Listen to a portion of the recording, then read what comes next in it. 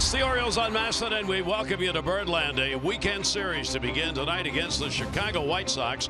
Orioles split the 4 games these teams played in Chicago in May. Hi, everybody. I'm Gary Thorne, and welcome to the Orioles. A win last night. Now put a couple back-to-back. That's what they would like to do here at the ballpark tonight.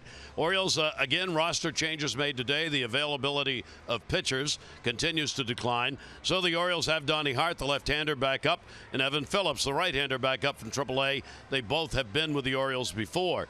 And with the starters down as they are, the Orioles get to take a look tonight at a starter at the minor league level who's going to make his first major league start, and he's ready to go. It is Luis Ortiz. Ortiz, a youngster, just 22 years old, out of California, acquired in the Jonathan Scope deal. He was a first-round pick with the Rangers, 30 overall, back in 2014. Those are the career numbers in the minors, and almost all of those were through starts. He did come out of the bullpen a dozen times, but 2022 overall, a fine 3.25 ERA. This season with Norfolk, he was 2-1, 3.66, only 6 starts because he went to Norfolk, of course, after the deal was consummated. Is he excited about getting to the mound as a starter tonight? You better believe it. It's amazing, you know. As a little kid, I dreamed about this all the time, and finally here. So you got your feet wet the other night, and they got to you a little bit. I mean, what was the first outing like for you? It's not what I expected, but it was rough, I'll tell you that. But it's a learning experience, and there's nothing I could do, just learn off it. Does that help you knock off some of the nerves and, you know, maybe help you a little bit for the second go-around? Oh, yeah. You know, the nerves, it's always going to be there. You know, it's just something that just has to go away as the game goes. Steve Molesky with the questions, and obviously when you got a player 22 years old, major league start, yeah, you're going to be a little nervous, Mike. Oh, boy, I'll say so. You know, his first major league appearance down in Tampa, and he got roughed up a little bit, and you could tell he was a little bit nervous. But I'll tell you what's going to help him now. Being around a lot of these guys on the team, the Orioles team, it is full of rookie players right now, rookie pitchers. Carroll just brought back up, David Hess. I mean, a number of these guys can really come together and talk about it, share their experiences, what's helped them. Tanner Scott, he's a rookie, but he's been here most of the year, so he can certainly help Ortiz out a little bit. And we saw last night, he was talking to Alex Cobb. I mean, you got to pick the veteran's ears, you know, help him settle down. There's a lot of hype with this young kid. I mean, he used to have a very strong arm, good fastball movement. His fastball's down low 90s right now, but he's got a good changeup and slider to go along with it. So for him, it's just a matter of settling down a little bit. Trust what Austin Wynns is putting down behind the plate, and really don't overthink things too much. You know, just compete, challenge guys, have some fun. Now, the Orioles obviously hoping in all of these deals they come up with some players who are going to be here at the major league level for a long time to come. Interestingly, Ortiz was really the one in the deal with Jonathan Scope who had the star by his name, but it's been Jonathan Villar who was also involved in that deal, who has put up some good numbers and made a real showing and attracted attention. So now Ortiz, maybe a little of that pressure gets off, and he's got a chance to make it pretty good 2 guys coming back to the Orioles. Yeah, absolutely. Villar, a sensational job since coming over to the O's and playing shortstop, second base. And right now, if you ask me, he's the front runner for shortstop for next season. But Ortiz, just 22 years old. He had a couple good minor league seasons. A couple years ago, he's a 3rd-rated prospect in the Brewers organization last year, or this year, excuse me, 4th-rated prospect. So considered thought of very highly in the Brewers organization. And I know that a lot of people have been looking at him in the distance saying, wow, this young kid's got a good arm. You mentioned he was a first-round pick. So somebody saw something in there. Now it's a matter of can he put it all together at the major league level, at least show flashes of something that may be able to help in the future. Now, one of the things that impacts some of these players, and Ortiz happens to be one of them, he's one of the players signed at a very young age, and he's going to have to be protected from the Rule 5 draft by the Orioles if they choose to do so. That is part of the reason why he's here, and part of the reason why they really want to get a good look at him to make a decision on, is this somebody we protect and don't allow another team to pick up in the Rule 5? And he's one of maybe a half dozen or more that the Orioles have to make those decisions on. Yeah, definitely. You know, there are going to be a lot of tough decisions this offseason regarding some of their younger players. And I think Ortiz, this is one of those opportunities, you know, and it's unfortunate, I think, for him because, you know, he's topping out at innings pitched. I mean, he's never gone over 100 innings. He's at 100 on the year right now, so he's got to dig deep right now and show this team what he's got, stay on the roster. All right, Chicago White Sox are in town for the weekend series. We'll be back. Take a look at the lineups and some really nice pictures. Game 1 coming up.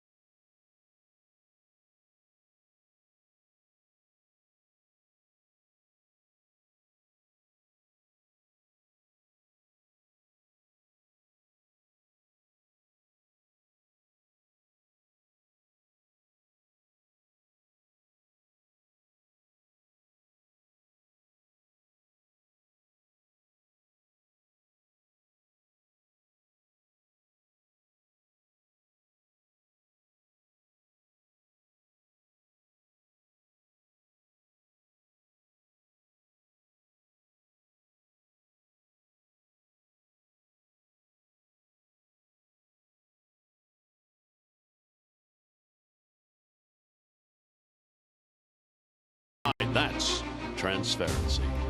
It's been a light rain here at the ballpark. Neither team got to go out on the field for pregame work. You can see a little mist falling here right now. Game time temperature brought to you by BGE Home. We know more, we do more.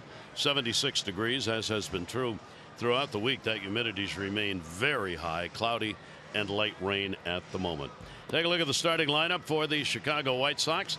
It'll be Moncada, Sanchez, Abreu, Polka, Garcia, Navarez, Anderson, Delmonico, and Cordell, young player in that number 9 spot. Jose Abreu, another outstanding season. You can see after the All-Star break, he's put up some big numbers. And let's take a look at Luis Ortiz's scouting report. Yeah, it's his first major league start. Got into a game down in Tampa. Got roughed up a little bit. Hopefully settling down after Alex Cobb got in his ear last night. Really the key to this game, keep it simple. Cannot overthink this lineup that he's facing tonight. Got to stick with his strengths, and bottom line is compete. If anything will take him to the next level, it's how he presents himself on the mound. Is he going to be a competitor? Is he going to challenge guys and show that he's not scared to pitch at this level? That's going to go longer than anything else he can do on the bump. So those elevated numbers from that first outing only lasting the 2/3 of an inning. Gave up 3 runs. In his minor league career, a strikeout pitcher and a strike thrower. Gets a lot of ground balls when he's on. He doesn't walk many. If anything, a couple of the scouting reports said he may stay in the strike zone a little too much and a little too fat because he likes to challenge hitters. But he's got a fastball, 92 to 97. It's one he can control speed-wise, so he tries to use that to keep hitters off balance. So we'll get a chance to take a look, see what he does here. Here's Moncada, the switch hitter. Kind of getting the start at second base. The phenom, much publicized when he was in the Red Sox organization. And they still have great hopes, despite what has been a down year for him, that this is going to be one of the bright stars in Chicago's rebuild, which really started last year. And the pitch will be taken in a 1-ball, 1-strike count. Yeah, a lot of young players. Mikado, they don't know if he's going to stick in the middle of the infield, though. They might foresee him playing a little bit of third base, but definitely good power with that bat. That is down the line. That's going to be a fair ball. It'll take a hop up and over, and he starts it out with a double. So Moncada's got his 4th hit against the Orioles this year and 17 at-bats. A leadoff 2-bagger. Oh, pretty nice swing right there. Not trying to do too much. And take a look at the movement. This fastball working away. Not a bad pitch, but excellent head position. And drug that bat head through the strike zone, squaring it up. And it jumped out there. 1 hop up and over the fence. So that'll bring Sanchez up, and a scoring opportunity for the White Sox, who have not been scoring. They've hit only 197 as a team over the last 9 games. The Orioles are playing for a bunt. Nunez in at third. Not bunting there, and foul back as Sanchez takes a rip at it. Sanchez in the number 2 spot, another switch hitter, getting the start at third base. He had a pretty good series against the Orioles in Chicago. He went 5 for 17. Light rain continues to fall. And a lot of fog around the ballpark. Ground ball to third. It'll hold the runner. He makes sure Nunez's throw will be there in time to get the out. Sanchez is retired. Nicely done right Chicago there. White Sox. Well, here's what they've done. Now let's take a look at our Maryland Live Casino inside the numbers and a look at the White Sox. Everything kind of bottom of the pack right now. White Sox definitely in that rebuild. So still kind of struggling through offensively. The starters earned run average up over 5. Bullpen having their share of struggles. A lot of younger players on this team, but some of their young bright spots starting to turn the corner a little bit. And we'll talk about them as we go, but their young shortstop Anderson, he's starting to make a name for himself with the bat and the glove. Abreu has made a name for himself already, and a swing and a miss and a pitch down and away. Abreu's not had a hit in his last 9 at-bats. He continues to have a solid season. 270. You see the big 22 home runs, 78 RBIs. White Sox have won 57 and lost 89 in a weak division dominated by Cleveland. They are 25 games out. 0-1 delivery on the way, and that will miss down low, and Ortiz will take it to 1-1. He struck out 311 in 355 minor league innings and surrendered only 101 walks, so a 3-to-1 strikeout to walk ratio. 1 ball 1 strike delivery on the way, and that'll be fouled back, rode up and in. And there's a slider right there. Now Ortiz, when he pitched in relief a few days ago down in Tampa, he mixed up his deliveries at times to try to upset the rhythm and timing of the opponent. But in doing so, he lost a little bit of his command. Now, typically some really good command. Had a couple walks in his short outing, short stint, and we already talked about the nerves, but we've seen it again tonight here. Runner at second base, he quick pitch to get that ground ball to third base. So the ability to do some different things with the delivery and see how that works out. A lot of times younger players, boy, they just get thrown way out of kilter doing that. See how consistent he is. 1 ball 2 strike count. Runner off second base. Abreu is tough a batter against the Orioles as anybody. Historically, he's been one of the leading hitters all time, hitting 327, 372 rather, 372. Lifetime against the Orioles with 7 home runs and a 358 lifetime batting average here in this ballpark. And there's nobody with a better average all time against the Orioles than his. That'll be fouled off and back, and a 2 ball 2 strike count. So Ortiz gets a big test early. Yeah, a couple good sliders right there, though. Some nice tilt, and that one staying in the middle of the plate, but had a nice finish on the end. Abreu just to foul that one off. Holding the runner close at second, Valera, the second baseman. Moncada's got real good speed. Outfield shaded to right. 2-2 delivery on the way. Bray will take the pitch up high, and the count will go full. 3 balls and 2 strikes. He was the 30th overall pick for Texas back in 14. He's been involved in 2 big deals. He was involved in the Jonathan LaCroix deal with Milwaukee. 3-2 pitch on the way, and that one up in the air off the fists. Going to be looking into the raindrops on this one. It'll be hauled in by Cedric Mullins. Runner will tag. Throw comes to third, not in time, but the big second out on Abreu. Good pitch, a little backup slider right there to get the second out. Take a look at the O's defense tonight. DJ Stewart getting the start in left field. Won by Mullins and Jones. VR and Valera turning 2 up the middle again. Back-to-back nights with this infield. Nunez over at third, Davis at first base, and Wins doing the catching. Valera, the star of the ball game last night with that great defensive play in the 9th inning, and a good night at the plate as well. So he had a couple of singles, 2 for 4 and an RBI. He had a big game. He's back in at second. Here is Palka, their designated hitter, cleanup batter. Keep your eyes open when this guy's up. All the folks from Chicago saying there's probably nobody who hits the ball as consistently hard as Daniel Palka, whether it's in the air or on the ground. He's got a runner at third base with 2 away. He's had a hit 7 of the last 9 games, and he'll poke that one way upstairs, foul. That's called turning on a pitch. Up in the third deck. That may be the first ball hit up there this year. Right. That was pretty high. Not many go over there. So Palka with a long fly ball. He's only a rookie.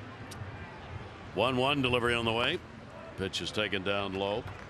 Among the rookies, Palka's third in home runs, third in RBIs. He is 4th in rookie extra base hits and 5th in total bases. So while his name's not mentioned a lot among the rookie leaders, he is one of them. Off third base, Moncada. 2-1 delivery on the way. And that's the kind of swing he takes on everything. Yeah, boy, he gets after it. You got that hang approach. See that knee getting up there, and as soon as he recognizes the pitch, that's when he gets that foot down as quick as possible. Tough to get on top of that fastball, though. Palka playing in his first game here in this ballpark. And that pitch will be way up high, trying to see if he'd go after another one. It wouldn't. So a 3-ball, 2-strike count. Moncada's on at third base. There are 2 down. And in his first major league start, Ortiz trying to work his way out of a leadoff double situation. 3-2 delivery, and that one will be fouled straight back. He almost lunges at the baseball on that front foot. Well, he hangs on the backside, and I kind of like that approach. It keeps your weight back, but you better be quick enough and understand what's going on to get that foot back down, because if it doesn't, you're going to get beat all night. 3-2 coming again to him. And Palka will put one out to left. That'll be a base hit and an RBI. So the rookie delivers one. The guy who hits the ball 106 miles an hour on the ground gets the flare to left at 79 miles an hour, and Right. it matters more than the other one. Absolutely. Now this fastball in that inside corner, and he takes it off the knuckles, but forcing it up over the shortstop's head, finding some outfield grass, and the White Sox making that first mark. Well, Palka delivers the base hit, and the White Sox are on the board. And a 2-out RBI at that. White Sox 12th in the league with runners in scoring position as a ball club, by the way. It's been a struggle for them in that department, as with the Orioles. Avisal Garcia getting a start in right field. Garcia did not play against the Orioles in that first series in Chicago. It'll be his first outing against the Orioles this year. 0-1 count. Infield plays him to pull. He goes up the middle with it. Fortunately, in the shift, it'll be an easy play to second base. Valera to VR for the out. A run on a couple of hits, 1 left on. Orioles lineup coming up.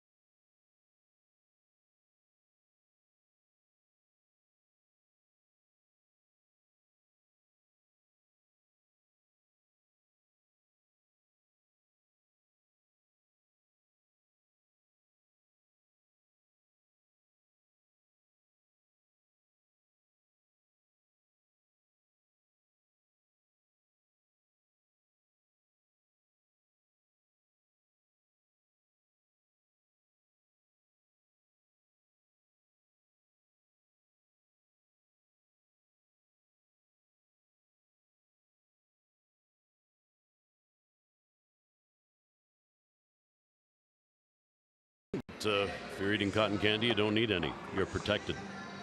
She could care less, couldn't she? Take a look at the starting lineup for the Orioles, brought to you by Southwest. Low fares, nothing to hide. That's transparency. It'll be Mullins, VR, Jones, Mancini, Davis, and Nunez. Valera, DJ Stewart in again and wins. Trey Mancini this year at home after the All-Star break has been their hottest hitter. And let's take a look at James Shields' pitch arsenal this season. He's got them all right now. Four-seam fastball, he'll cut it. Got the knuckle curve, change. A little slider he'll flip in there. The cutter kind of hybrids into the slider for Shields, but Shields at the point of his career where he's starting to invent some things, almost like a wiffle ball pitcher in the backyard. Mike Mussina did this at the end of his career. He changed his delivery a little bit. He'd pause, freeze, drop arm angles at times. That's where Shields is, and you know, this year, even though the numbers aren't great, he's going to be up over 200 innings. And that'll be fouled away by Cedric Mullins. Here's Mullins back in the leadoff spot for the Orioles. It'll be his first game played against the Chicago White Sox. It's going to be true for Stewart, Mullins, and Nunez for this year, and wins first game against Chicago this season. 0-2 delivery on the way. That'll be looped into right field for a base hit. So Mullins is on, and the Orioles get a leadoff single here in the first off Shields. Nice job right there by Cedric Mullins, staying on this pitch. A little change up, and look at it down at the bottom of the zone. But how about that head position, not giving up on the baseball, and that's just taking the bat head directly to the baseball. Nice little swing right there. Good job getting on base. Well, the Orioles get the leadoff man on against a pitcher who runners are running on. Shields this year, 17 out of 24 have been successful in stealing bases against him. And Sanchez at third is almost going to join VR in the batter's box. Look how close he is at third base. VR 3 for 7 with a home run lifetime off Shields. He'll throw over, well aware of the running game that's gone on against him. Jonathan VR, let's get the AARP take. Yeah, well, he's been having a strong month. We've talked about him offensively since coming over in the trade, but this month another strong one. 333, got 14 hits, up about 3 homers and 8 RBI. He's just been doing everything for the Orioles. Pitch by Shields will be fouled back. And VR's been the impressive player since getting an opportunity, and I have to agree with Mike, who said in the pregame that this certainly looks like the shortstop next year for the Orioles. He's played a lot of second, but Buck wants somebody else at short, and VR looks like he's capable of filling that role. Sanchez continues to stay way in at third base. Odd defensive alignment with a shift on as well. 0-1 the count. Right to him. Oh my goodness. There's one, the relay. Your chances of getting a double play like that, I don't know what the sabermetrics possibilities are, but it's got to be less than 1%. Right. That was perfectly defensively positioned. Yeah, it really was. And you know what? VR actually trying to hit it that way. And he's trying to shoot it by him, really. And that's part of his game. Suck that third baseman in. Well, he had already been sucked in on his own. Defensive coach brought him in tight. Nice little turn there, though, cutting it back across the infield. And Anderson, who is the shortstop, turning it like he's played second base his whole career. So a 5-6-3 on the double play. And here's Adam Jones. Adam will take the pitch in there for a strike. Obviously, Adam and Shields have seen a lot of one another over the years. Adam has hit .280 against him with 1 home run, 50 at bats. Pitch will be taken outside for a ball. You're looking at a couple of veterans here. Adam at 33, Shields at 36. And they have stared in or out at one another. Yeah. Good many times. Definitely. Shields, of course, a lot of years in Tampa's organization and helped lead them to the promised land. A couple years, some historic years with Tampa, and then on to the Kansas City Royals, where he helped make some more history. It's been a tough 3 years for Shields, all downhill over the last 3. Not that he hasn't pitched well, but the record has not been good. And obviously not again this year at 6-16. 1-2 delivery. Adam will pop that one up in the air off the end of the bat. Garcia coming, and he will make the catch. Moncada almost got in the way. No runs on 1 hit, no errors, a 9-pitch inning, only 3 batters faced.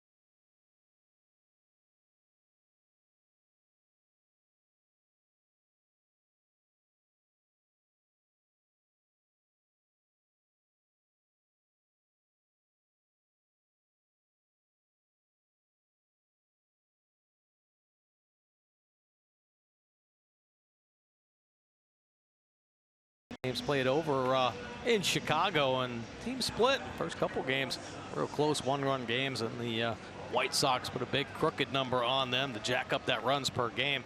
Both teams very evenly matched. White Sox out hitting the Orioles, and something that's been a big problem with the Orioles all year long, that darn hitting with runners in scoring position. It wasn't there in that White Sox series either.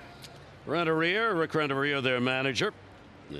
Don Cooper, their longtime pitching coach, and the White Sox looking to put together a ball club for next year, as the Orioles are. White Sox about a year ahead of where the Orioles are at the moment in the rebuild process. First pitch strikes. We talked about how he throws them. First 6 batters. All first pitches have been strikes delivered by Ortiz. Well, that's what he likes to do. He gets ahead of hitters, and it's a matter of finding something to put him away. 2 for 20 so far in September for the Chicago catcher. 1-1 delivery to him. That'll be up and away, and the count will go 2 balls and 1 strike. Ortiz 355 minor league innings. That's his career numbers. He worked both AA, AAA in 3 different places this season. 2-1 delivery to him, and he gets him to chase on a pitch up and away. He was ready to go back and be struck out on 2 strikes, but no, still takes 3. Well, good movement on this fastball. Take a look at it pushing off that outside corner.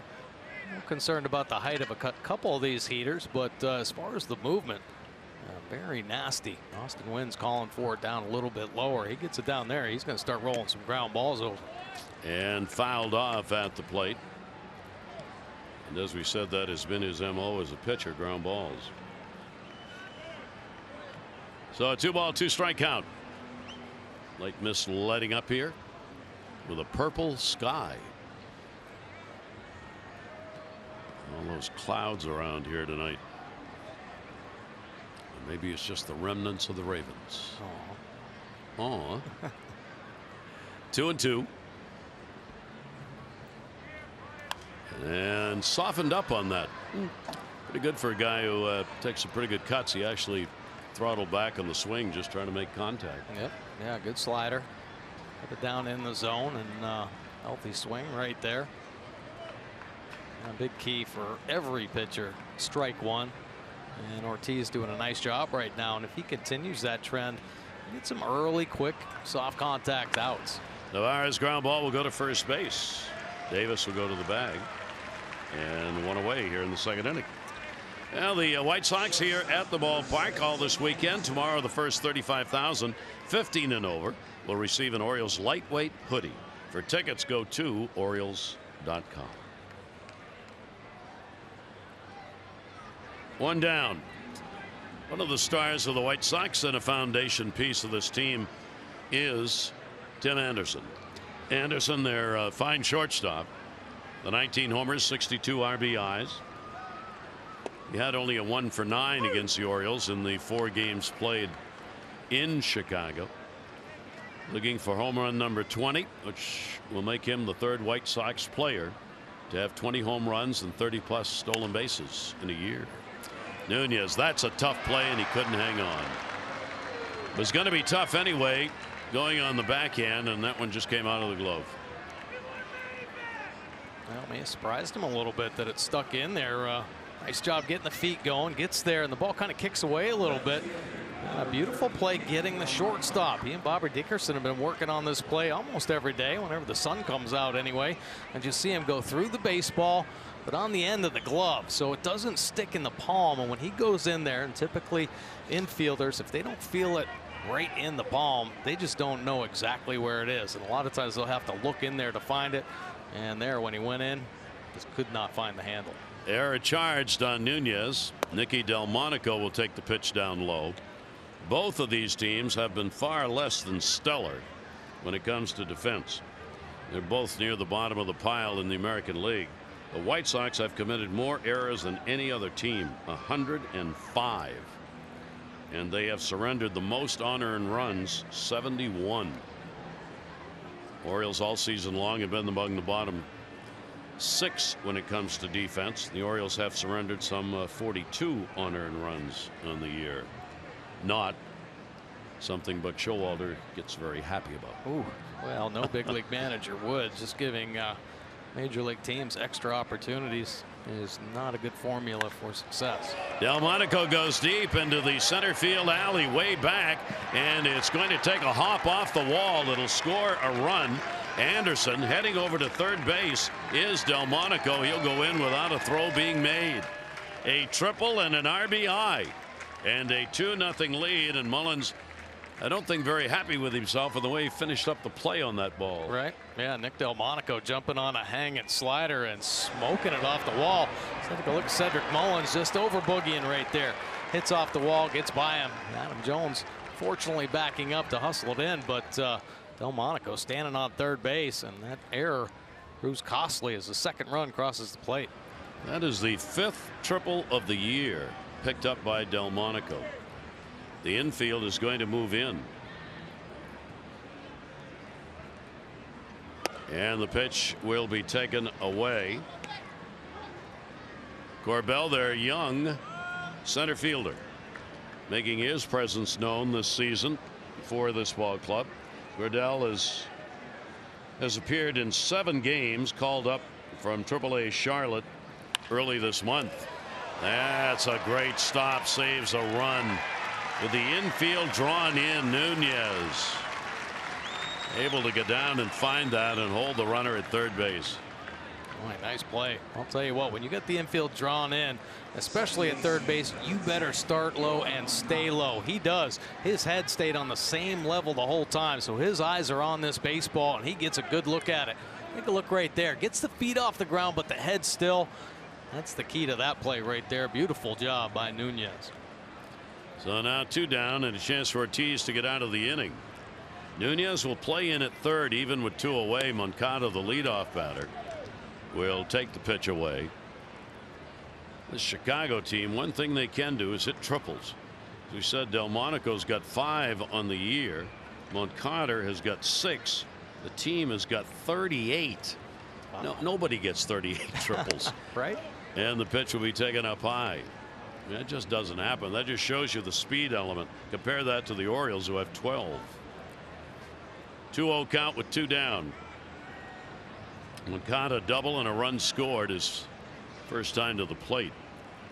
Ground ball to first, fair ball. Davis will play it on the hop and did not get him, and a run will score.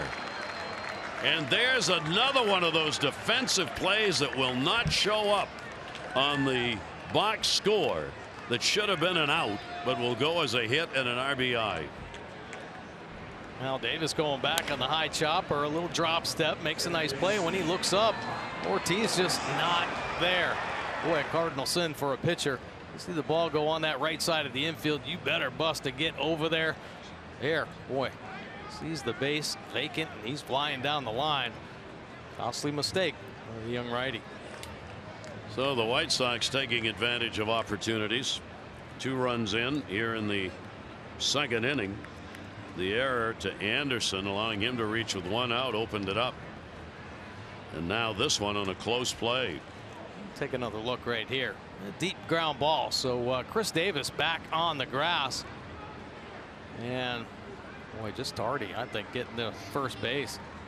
Unless Ortiz in the back of his mind thought Davis was going to make that play himself. But I just thought he was a little deep. No, you got to just go make the play. So a 2 down, a runner on at first base. Maybe not a fair time to say it, but one of the problems Ortiz has had throughout his career is weight. And he admits it, he knows it, and he's still got it. And you could tell how slow he moved off the mound to go to first. He's got to get in better condition, and he's got to drop some of this weight, and he knows it. It has been a problem for him. On the positive side, it has allowed him to be a strong pitcher. The weight, the body weight allows him to stay out, throw a lot of pitches, keep the fastball velocity up. But when it comes to defense and coverage, it's not there. Yeah, hurt him there. 0-1 the count. Sanchez grounded out his first time up. Runner at first, 2 away. And the pitch will be taken outside for a ball. So a tough start for the 22-year-old in his 2nd major league game. Needing an out here just to get this over with. Sanchez. That runner at first, big hole between first and second base. 1-1 delivery on the way. The lefty righty splits for Ortiz. These are career splits. 259 for the left-handers and 237 for the right-handers. Not a lot of home runs. I mean, in 355 innings, he only gave up 34 home runs. 2 ball 1 strike count. Moncada on at first base, and the pitch will right inside. Well, I think you heard a lot about the big fastball, and maybe the fact that he's up over 100 innings for the first time in his young career. I mean, that's why the velocity kind of tapering down a little bit, but low 90s with the fastball right now. Pretty good movement with the pitch. He will surrender the walk. Sanchez is on. First walk given up in the ball game, and that's their concern now, that he may have a physical problem. Roger McDowell, pitching coach, Buck, trainer, umpire, all headed to the mound. There was a meeting of the infield after the play at first base where Moncada reached, where somebody, I think, in the infield was a little concerned about something physical. All right. Well, I know a lot of times he's done. Boy, they're taking him right out. Kind of a limp right there. And I know a lot of times infielders come over just because to give him a little time to catch his breath, but obviously something else going on. Take a look at this. This is what we were talking about, Mike, that play at first. Yeah, off and running, and then when he put the brakes on there and it looked like 3 men were going to collide, something may have happened when he jammed that right foot down to stop. Yep, that's where it occurred. So on his first major league start, he's going to be out of there, having worked an inning and 2/3.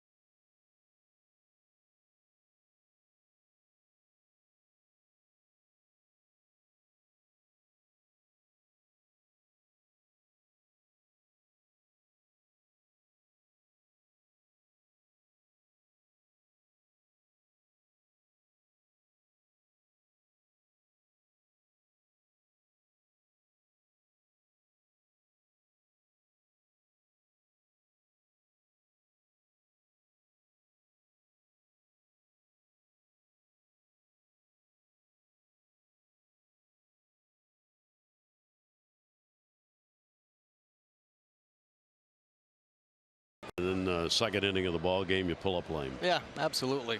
Tough break for Ortiz, but it was fun watching, you know, the movement that he had on his pitches. Had a nice little slider at times right there.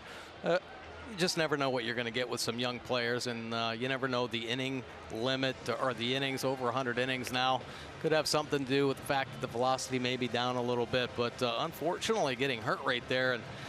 And the Orioles right now, they're in trouble for starting pitchers. I mean, Cobb has the blister. They're questionable if he's going to pitch again this season. And Buck said today that it did not look good today. Yeah, well, that not looking good, and now Ortiz certainly not looking good. Rogers, Andrew. so exactly. So maybe bullpenning from here on out for the Orioles. Which may not be an all bad idea. No. No. Heck no. Could we show, and I say that, possible to show our MLB notebook thing on Tampa Bay on the East Winds page? If we could show that, I'll show you why it may not be all that bad. In our Major League notebook, take a look here. We'll start at the top. Hal Steinbrenner throwing support behind Aaron Boone as the Yankees are struggling a bit. Some unhappy with Boone in New York, of course, because they're losing. He's not. David Price credited Cora for the steady, even demeanor that he's brought to the Red Sox clubhouse as the manager since his debut. He said that's one of the reasons we are where we are. I like what he does. And what I wanted to talk about, since going to the opener on May 19, the Rays have the best ERA in the American League. They're 59-43, and they are 26-19 in those games started by the so-called openers. All right. Well, listen. The Orioles got to really break this down and analyze every aspect, right, of their game, especially going in the offseason. And we've talked about this a number of times. The first inning for the Orioles is not good. They're being outscored by almost twice as many runs. I mean, the opponent's scoring over 100 runs, and I think the Orioles, they're still stuck in the 60s right now. So to find a way to overcome that first inning, and I was talking to the A's about this, the reason why they're going to this bullpenning, of course, they've had a slew of injuries to their starters, but they don't trust their young pitchers in the first inning because that's when they're getting knocked around. Yep. So have them face maybe the middle or bottom part of the lineup coming in, helps them settle in, and then they can click off maybe a couple more innings. So. Well, we may see that out of necessity, really. Now, Jeffrey Ramirez is ready to go in the ball game tomorrow. Otherwise, the pen is pretty much available for this game. All right. Well, take a look at Ortiz's short line. Unfortunately, an injury gets him out of the game. 1 2/3, scattering the 4 hits, 3 runs quickly across the plate. Jiffy Lube pitching UA change. Regular oil changes are proven to keep your car on the road longer. Drive in today. And it is a pitching change. Jimmy Yacobonis coming into the ball game. So Yacobonis comes in with runners at first and second base. There are 2 down. And here's Abreu. And Abreu will take the pitch for a strike. Take a look at Yacobonis' numbers on the year. It'll be his 9th appearance. 6.66 earned run average. Looking for that thing to come down. He had a couple rough ones. Lost command a couple times this summer. But he's got a good arm, and he has a deceptive delivery. Arms and legs flying all over the place. Abreu 0-1. Another good pitch, kept that one down. The White Sox are already 2 for 5 with runners in scoring position in the ball game. So they've started out with some real good numbers in that department, taking advantage of an error. Now trying to take advantage of a walk. Abreu 0-2. Abreu flied out center field first time up, breaking ball. Yacobonis away, and did not go around on that. One good player you're looking at right there. This is a foundation piece of any organization, and he certainly has been for this White Sox team, even with some injuries. Put him on the shelf a bit this year. 1-2 count. Runners off first and second base. We'll keep it alive by fouling it off. Abreu hitting .291 with runners in scoring position. Nasty fastball right there. 95 miles an hour on the outside corner, and he was ready for it. Abreu, like a lot of the great hitters in the game, never getting off the fastball. Make the adjustment to the off-speed pitches. But you better be ready to hit 95 and up. Get into the big leagues. He was ready for that one. 1 ball, 2 strike count. And that's going to be to short, and it will be hauled in. VR was playing back right on the grass and got it. So there'll be a couple of runs scored on 2 hits and error and 2 left on.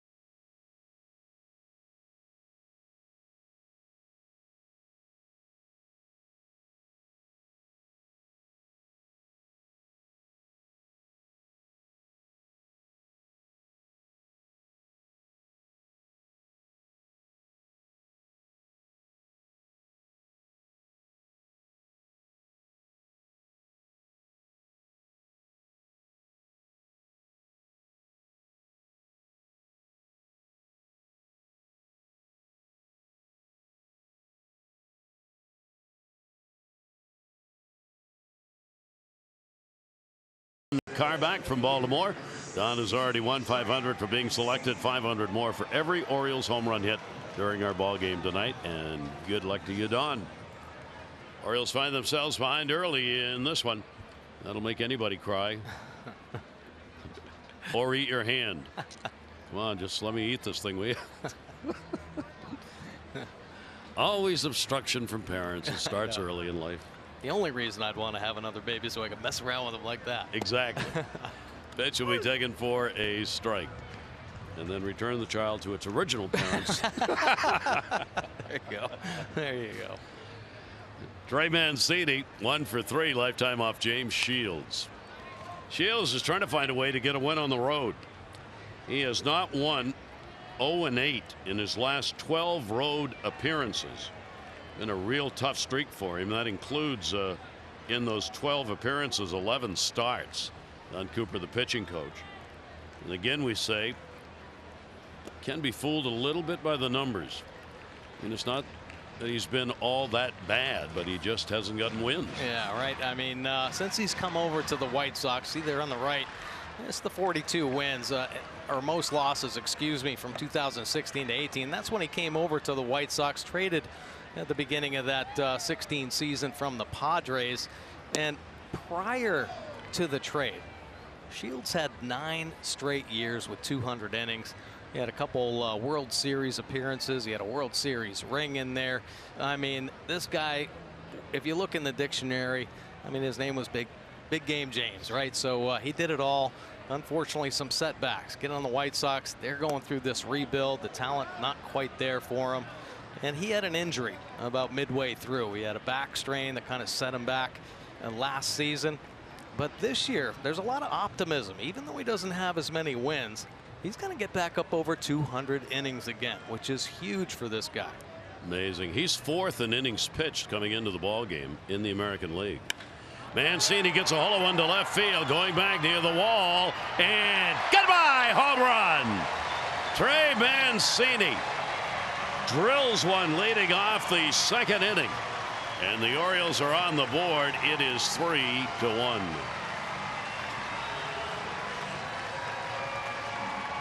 Nice swing right there by Trey Mancini. A little up and down here lately, but since the All-Star break, much better turnaround. First half was a struggle for Boom Boom. 22nd home run of the season, though. Ending up with a very nice season. He didn't miss that cookie. So Shields surrenders the long ball. That is the 30th home run given up by James Shields this year. And Mancini gets it. Yeah, he's definitely had a problem with the long ball here. A fastball about as center cut as Trey's ever going to get. And he gets on it, and it is barely making it out. That'll be fouled off outside of first by Chris Davis. Take a look at Shields after he delivers this one. Here's the whack, and he knows right off the bat. Line drive, a question of whether or not it would stay up high enough. 24 home runs last year for Trey, 22 right now. And the pitch will be towards the back foot. And for our Maryland Lottery's home run riches contestant, Don Carr back. That home run worth $500. Chris Davis, a lot of at bats against Shields. 5 for 19 and 3 home runs. That one lifted in. That'll be a base hit. Getting over the head of Moncada, going to the wall. Garcia's throw will be off the mark into second base, and a double for Davis.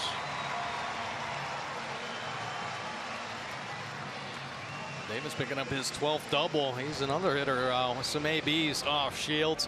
This is his 20th AB and some pretty good numbers. 3 home runs in his career, but this time hooking one just past the lunging effort of the second baseman Moncada. So Davis on at second, and the potential tying run now is at the plate. Renato Nunez. Nunez facing Shields for the first time in his career, and the same is true facing the Chicago White Sox for the first time in his career. Right back to the mound. They got him trapped. Shields will run back at him. Runner's going to try to go to second. Tag put on, and they hold the runner at first. Davis turning around like, I don't think he really touched me on that. Tom Hagen, third base umpire, the crew chief, didn't agree. Out recorded. Well, we've seen a slew of mental mistakes here lately by the Orioles. Last night they made 4 outs on the base pass. Luckily came away with a victory. There a base running blunder by Chris Davis. Just over boogieing a little bit on the comebacker to the pitcher. Whew. So it cost the Orioles a double. You see that rain picking up here at the ballpark. Valera coming up. Valera with a runner at first base, now 1 down, and again Sanchez challenging him to bunt. You got that wet grass, so you get a ball down on a bunt, it's not going to roll very far. It's pretty wet. You take a look at the defense. Statcast AI powered by AWS. Yeah, so this kind of defensive alignment on VR in the first inning, they ended up turning a double play on it. Sanchez sucked well in on the grass. Everybody else over on the right side of the infield. Valera with the 0-1 and reaches a little bit. We'll foul that one back, and a 2-strike count. This is his first RBI at the his home ballpark last night here at Camden Yards. First RBI he's gotten and his second hit here in this ballpark. This is just the 8th game he has played in as an Oriole. Coming in with a 5 for 19 in the first 7. 2-strike count. Shields delivery inside out to left field. Delmonico. Nunez will stay at first base, and there are 2 down.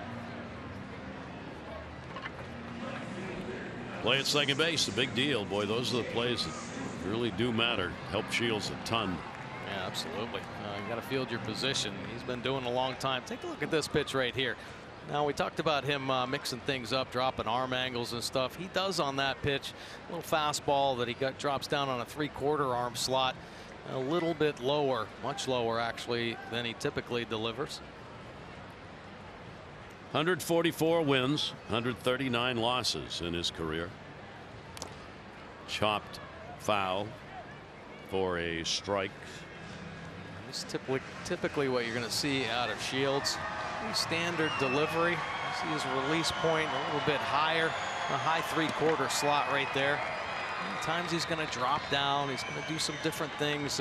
Hesitate maybe on the delivery, the turn, just to offset that rhythm and timing of the hitter. 403rd start for Shields. 0-1 delivery on the way. That is there for a strike. So DJ Stewart back in the lineup. Still looking, obviously, for that first hit here at the major league level. 235. You saw the numbers at Norfolk. 254 against the left-handers. 225 against righties at AAA this year. Runner at first and 2 out. Outfield playing him to pull. He does. Down the line, headed foul towards the seats. And reaching in, and a nice catch made.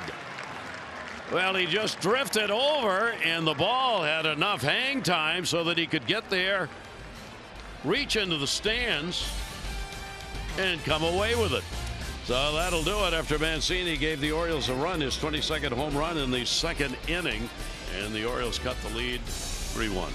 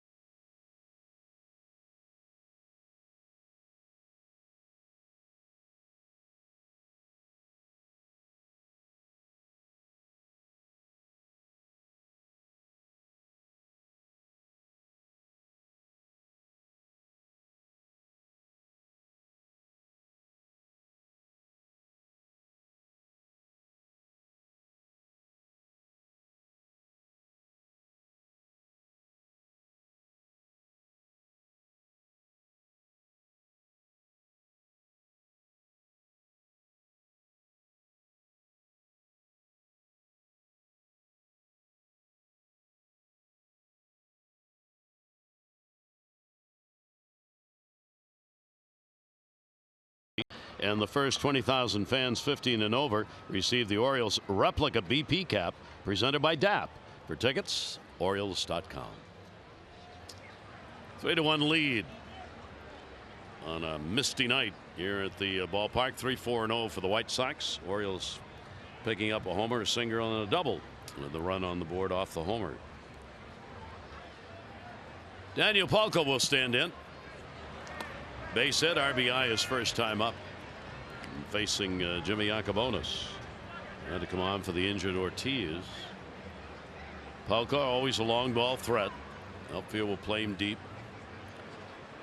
A little breeze blowing in from center tonight. At the knee is for a strike. Yacobonis, one of those arms that actually fits perfectly into that role of either opener or the second pitcher that comes in, because all through the minor leagues he was changed from a reliever, full-time reliever, to a starter this year.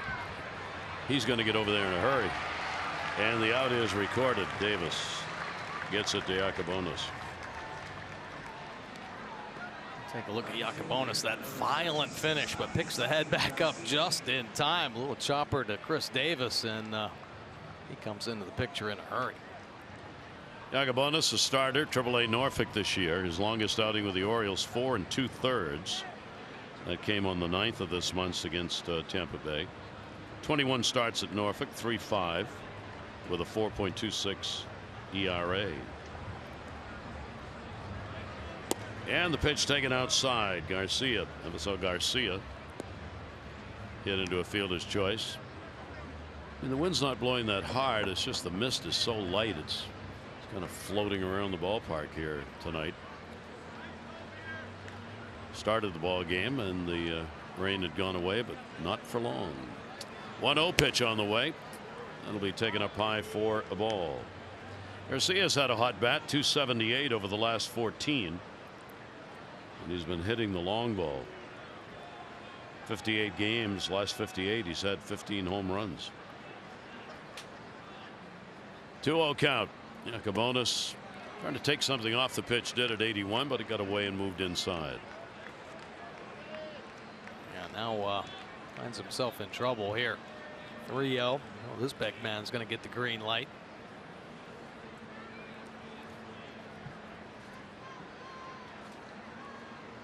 .30 delivery to him, takes it, good pitch, down and away in the outside corner.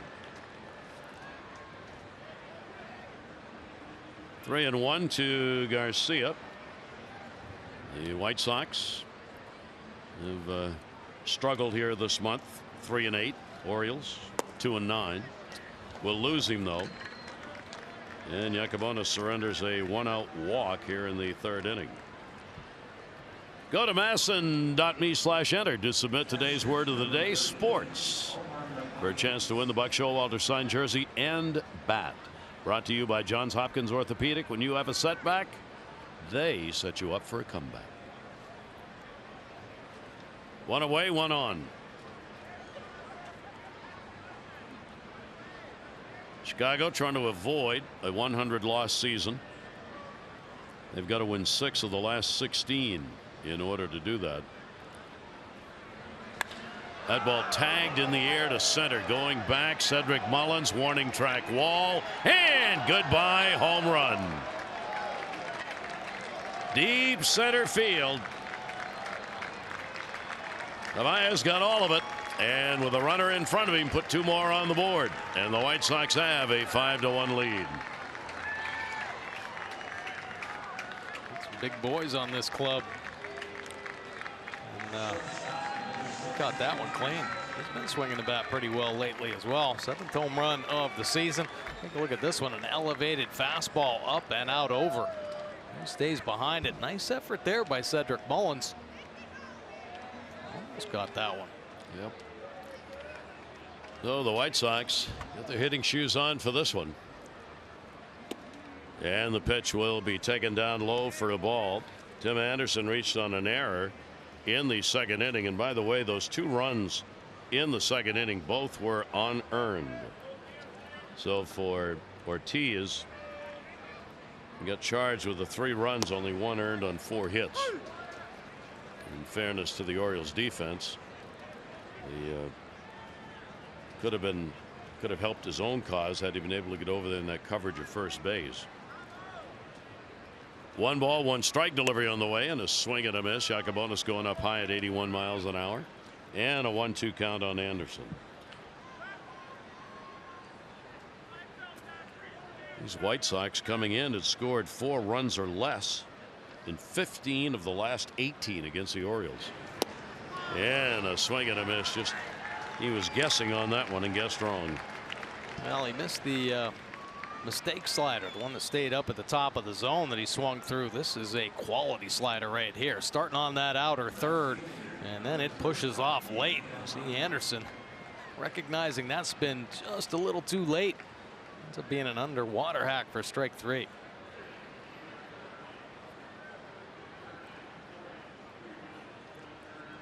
Two down.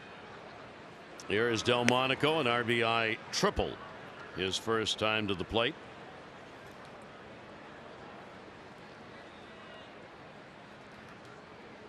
Delmonico, one-time Oriole, 6th-round pick. 4 or 5 years ago, I guess. Yeah, longer than that, maybe. Golly, might have been like 8 years ago now. See that old already? Young, old. Delmonico, 2 runs in. There are 2 down. And he'll jump back from a pitch that was down low and inside. He's 26 years old. Delmonico played at Delmarva Frederick 2012, 2013. 6th round, first player pick. In the air to left, cutting towards foul territory, and it will indeed be foul off the umbrella. Now, if you turned the umbrella the other way, you would have had a great catch. Yeah. Instead, you got a dent.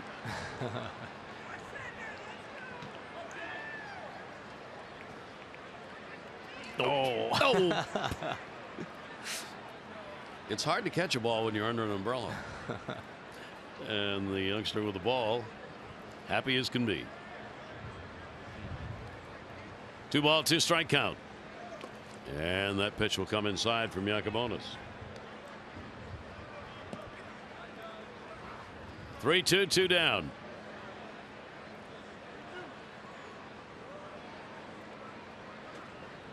Cordell waiting on deck.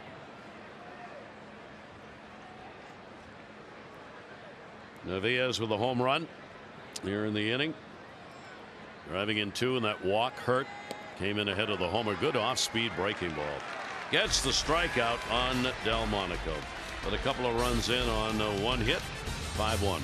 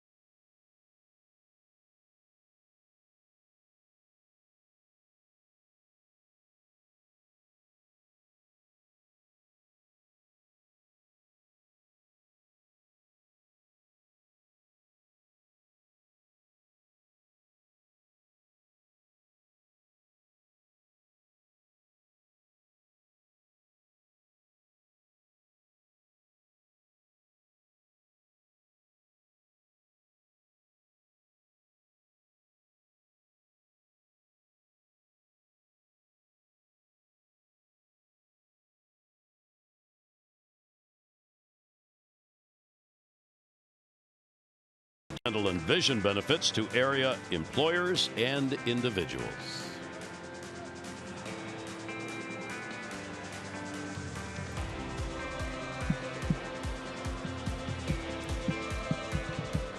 Gary Thorne and Mike Borda, great to have you with us on hand here at the ballpark. Start this 3-game set here on this Friday night. The White Sox have started it with some potent offense and have the lead as the Orioles bat here in the bottom of the 3rd. Austin wins against James Shields, then Mullins and VR. Shields delivers a strike, facing this Chicago right-hander for the first time. Shields, who hasn't got a lot of run support this season, he spotted 5 here early in the ball game. Won't know what to do with that. 1 ball, 1 strike count. James Shields 11-8 lifetime against the Orioles. He had 1 good start against the Orioles this year, but he was non-decisioned in it. 2 runs, 5 hits in 7 innings in Chicago. But over the years, a 3.85 ERA against the Orioles and an 11-8 record. 1 ball, 2 strike count. Wynn's getting his chance behind the plate again. The Orioles continue. Buck Showalter does shuffle the lineup to get a look at a number of players here in this final month. Not an easy job. 1-2 delivery on the way and just missed inside. 2 balls, 2 strikes. Drop down slider right here. And trying to sneak it in the front door. Just missing a little low.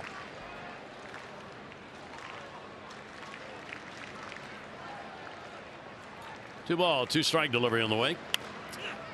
One's going to be fouled away. Chicago Cubs are playing at home tonight. I note that only because it's Friday night. The Cubs do not play night games on Friday night. But they were so upset about having to fly to Washington to play 1 game, which they won in extra innings, that they commissioned the league to allow them to play what was supposed to be a day game tonight, since they had to go from Washington back home again. And the league said okay. So they're playing on Friday night, which doesn't happen. That's because of the community, Wrigleyville. They do not want Friday night games in that residential area. 2-2 delivery on the way. Little tapper right off the end of the bat. Barely got to Shields, and he barely gets it over to Abreu to record the out. So much to see and do on the beaches and islands on Sarasota, Florida's Gulf Coast. Go beyond the stadium to the area's beaches, known to be some of the best in the world. Plan now at visitsarasota.com. And make sure you go to the Moat Marine Museum and Aquarium in Sarasota, especially if you got some kids. They treat injured animals there. Bunted fowl, so you get to see a lot of dolphin, turtles, all types of sea animals that they bring in, and they're available for you to watch and how they're working on them. It's great fun. Beautiful. Did they make a movie of that place? Nope, that wasn't. No, it was not the same place. Okay. Nope.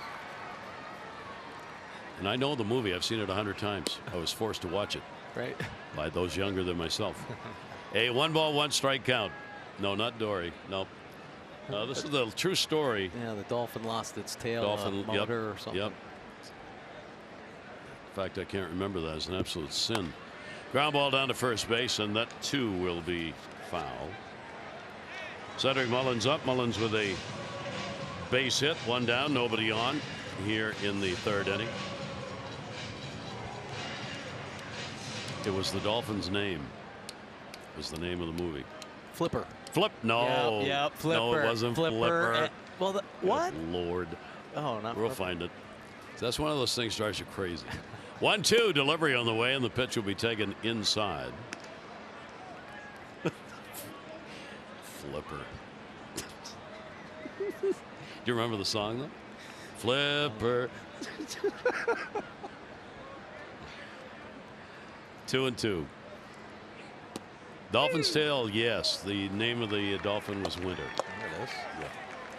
And Mullins is out of there. Summer, winter, spring, or fall. That's okay. Well, Shields been mixing up the breaking balls. This one more the curve right here, dropping in and getting the call. My goodness, that went in about 4 or 5 inches in off the plate. Not a lot a rookie can do. So that'll bring VR back up. Get into a double play. Sanchez and these at bats staying way in at third. He's not moving. And the pitch will be fouled back. And take a look at some of the top Orioles here in our PNC Inside the Numbers. It's the All-Star break. Of course, Jonathan VR has been doing it on both sides of the baseball, getting on base. Every ball he puts in play seems to be a knock as well. Trey Mancini, the power numbers coming back up, and a home run in this ball game. Trey, third in Rookie of the Year voting last year. Some might call this year a sophomore slump. I'd just say some serious bad luck first half, man. Drove him crazy. He's finally able to settle down after the break. VR with a 0-2 count from Shields. Infield shifted on him. Breaking ball. Oh my. That was a little bit of the Rip Sewell delivery right there. Gets his second strikeout. He retires the side in order.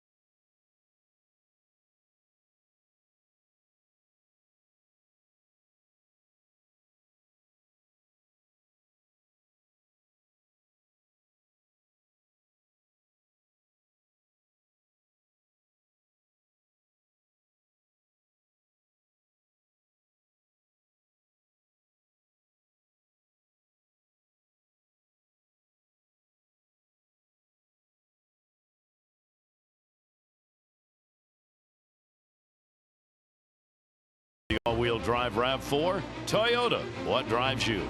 Visit buyatoyota.com for great deals. First to 3 against the White Sox. They've opened up the lead 5-5-0. 1-3-1 for the Orioles. Yacobonis on the mound in relief. Ortiz, first major league start, injured. Covering first base, came up limping. Gave up 3 runs, 1 earned on 4 hits in an inning and 2/3. So Jimmy Yacobonis being asked to give a little distance here in this ball game. The White Sox just keep coming. All right, Cordell will take the pitch away. You know, you wouldn't know this was a ball, at least to this point, a ball club that had been struggling offensively coming into this game. Hitting 197 in 9 games before this one. 1-1 delivery on the way and fooled him. Just a wave in the water on that one and a 1-ball 2-strike count. Yeah, he lost the front side a little bit right there. Non-committal swing on a well-placed fastball. 94 miles an hour on that outside corner. 1-2. And he'll get him to go even further. Yacobonis gets his 3rd strikeout, all on the last 3 hitters. Yeah, well done. Well executed as well. Just showed that he's going to expand a little bit on the fastball, protect that outside corner. So he starts that slider off on the outer third, and it breaks off plenty. Get Cordell to swing through that one. Now, this is something the White Sox do a lot of. They have struck out 1,415 times this year, the most in the majors. And it is a new Chicago White Sox franchise record for strikeouts in a year. And here's the guy who leads them all. Moncada on top in K's coming into the ball game in the American League. 1-0 delivery will be taken down low. Moncada's not done that in this game, though. He started out with a double and scored. Came up in the 2nd inning and picked up an RBI base hit. Jan Moncada, 2-0. And on the inside corner for a strike. All-time record individually with the White Sox in strikeouts was Adam Dunn, 2012. He had 222. Moncada's 26 shy of that. Moncada will ground that to right, and he's got a base hit. Apparently he has no intention of showing us the strikeouts, so he's 3 for 3. In any event, we're going to show you this in our Major League Notebook. Talking about record-breaking strikeouts, so many going on around baseball. This year, here are the leaders. Moncada with the White Sox on pace for 219. Giancarlo Stanton on pace for 218. And Joey Gallo at Texas for 215. Now, the record is still held by the former Oriole, Mark Reynolds. In 09, struck out 223 times. That is the Major League strikeout record in 1 year. Moncada could catch him, but he's going to have to strike out a lot. Ground ball towards the middle. Taylor made for 2. There's 1 VR. And that'll do it. No runs on 1 hit, no errors, and nobody left on base. White Sox on top in game 1.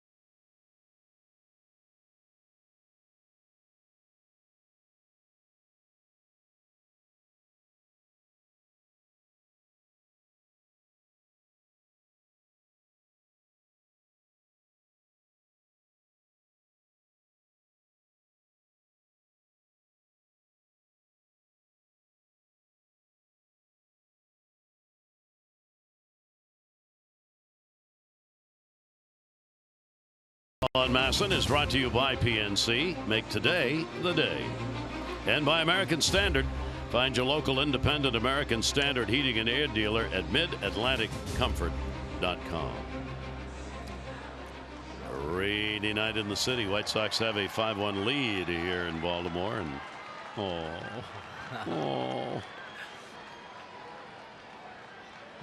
this is unbelievable, isn't it? What a night. So cute. That's the one you're going to get to play with, fool around with, and then you take it back to the parents. That's right. Adam Jones on a check swing went around. Home plate umpire will make the call. I'm going to give Mark Reynolds credit. We were noting the year where he had those most strikeouts. Mark Reynolds had a great year that year. He had 44 home runs, 102 RBIs. He hit .260. And 30 stolen bases, and he struck out 223 times, setting the major league record. It was his best offensive year. Yeah. So he became the poster boy for the new era all or nothing offensive player. Absolutely. Yeah. Mark had a great year. 2009. Adam Jones, slow roller foul. Adam will come back. Well, Adam adding to some of the numbers lifetime. He is now one of the few players to notch 140 hits in each of the last 9 years. He has done that since 2010.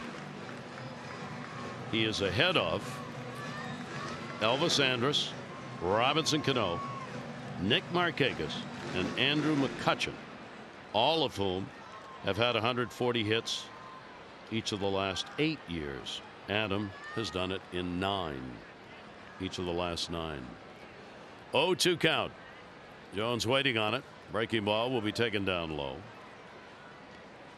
Yeah, Adam pretty special in the sense of his consistency with the Orioles. Goodness, that kind of consistency, it's a manager's dream, really. Okay, you know exactly what you're going to get. Yeah. And he's done it with his batting average. He's done it with his home runs. And it's been fun to watch. And this year, home runs slightly down. I mean, he's still got a shot to get up to 20, but that's his approach all season long. Shields is going to take him out on that one on a pitch down in the dirt. Shields has struck out 3 in a row now. Yeah, all on this big curveball. That one a little bit harder there, but flipped in a couple big curves lately. And Adam Jones not seeing it too well. We haven't seen him do this too often this year, swinging that bouncing breaking ball. That'll bring up Trey Mancini. Trey has delivered the lone run for the Orioles, his 22nd home run, leading off the 2nd inning. First home run he has had against Shields. And the breaking ball will be in there for a strike. Trey has had 2 home runs against the White Sox this season, 1 in Chicago and 1 here. 4 hits, 17 at bats.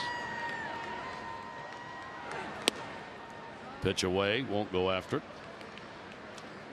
For Trey this year, home run wise, he's got 12 at home and 10 on the road. He's hitting about 30 points higher at home average wise than he is on the road. 1-1 delivery on the way. Throttle back to 79 on that one. Yeah, a breaking ball. How about the highest ground ball percentage? A little surprising right here with Trey Mancini on this list. D. Gordon, he's a speed guy, so he loves to hit it on the ground and run. But I'll tell you what, Mancini, it's all about hitting the baseball where it's pitched. The last couple of ball games in the Oakland series, he had a couple singles on the ground, but they were over 100 miles an hour off the bat. So it's all about squaring it up. The harder you hit the ball, chances your hits are going to go up. Of course, everybody talks about that launch angle, but it's where you meet the baseball. And 22 times, Trey's met it out in front to get that proper launch angle, but most times hitting it hard on the ground this year. Working in the DH role here in this ball game. 2-2 delivery on the way as he got another one back to left field, way back, and goodbye, home run. Trey Mancini, a multi-homer ball game. Numbers 22 and 23 in his first 2 at-bats.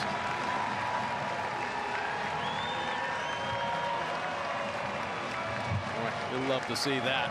Trey Mancini with all his struggles, of course, the disappointing year. Finally starting to do some productive stuff here the second half of the season. Second home run tonight. Oh, a beautiful swing right there. Catching a breaking ball.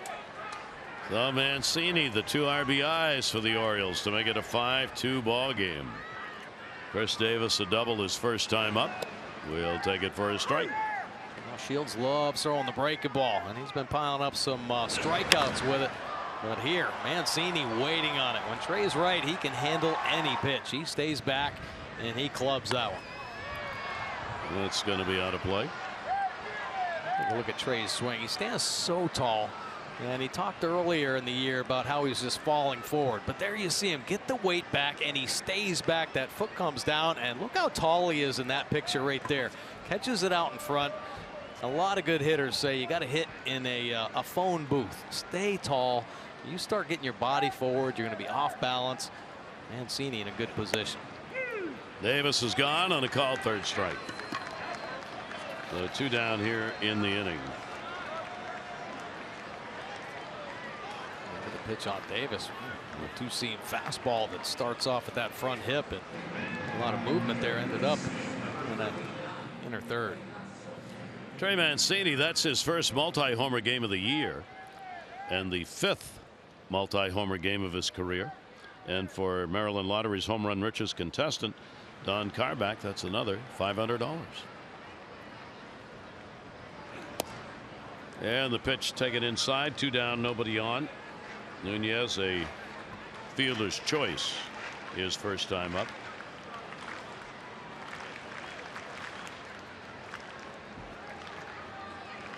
One 0 count, 2 away. Infield shifted.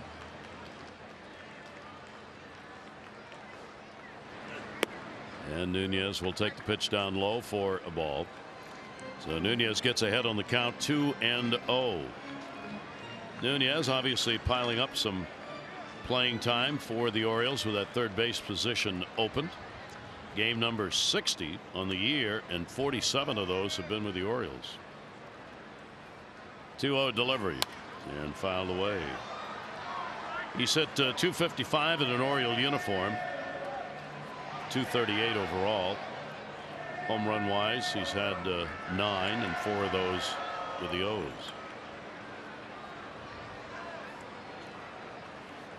Two and one, 2 down.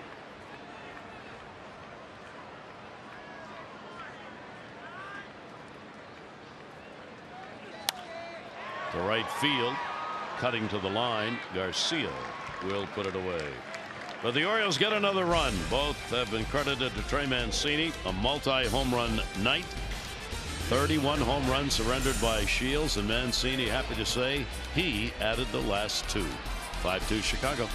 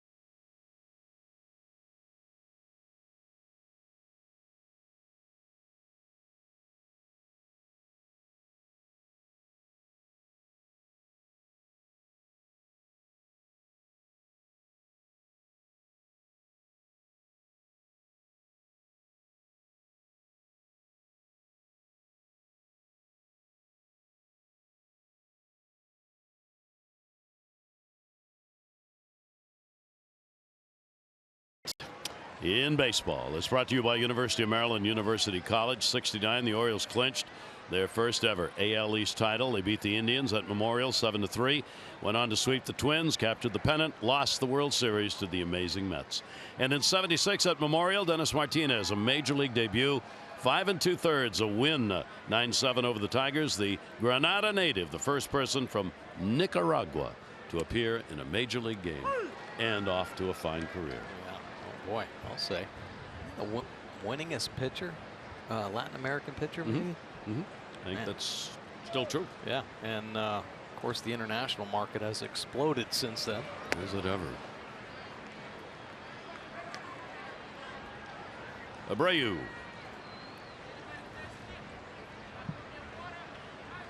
Oh for 2 in the ball game.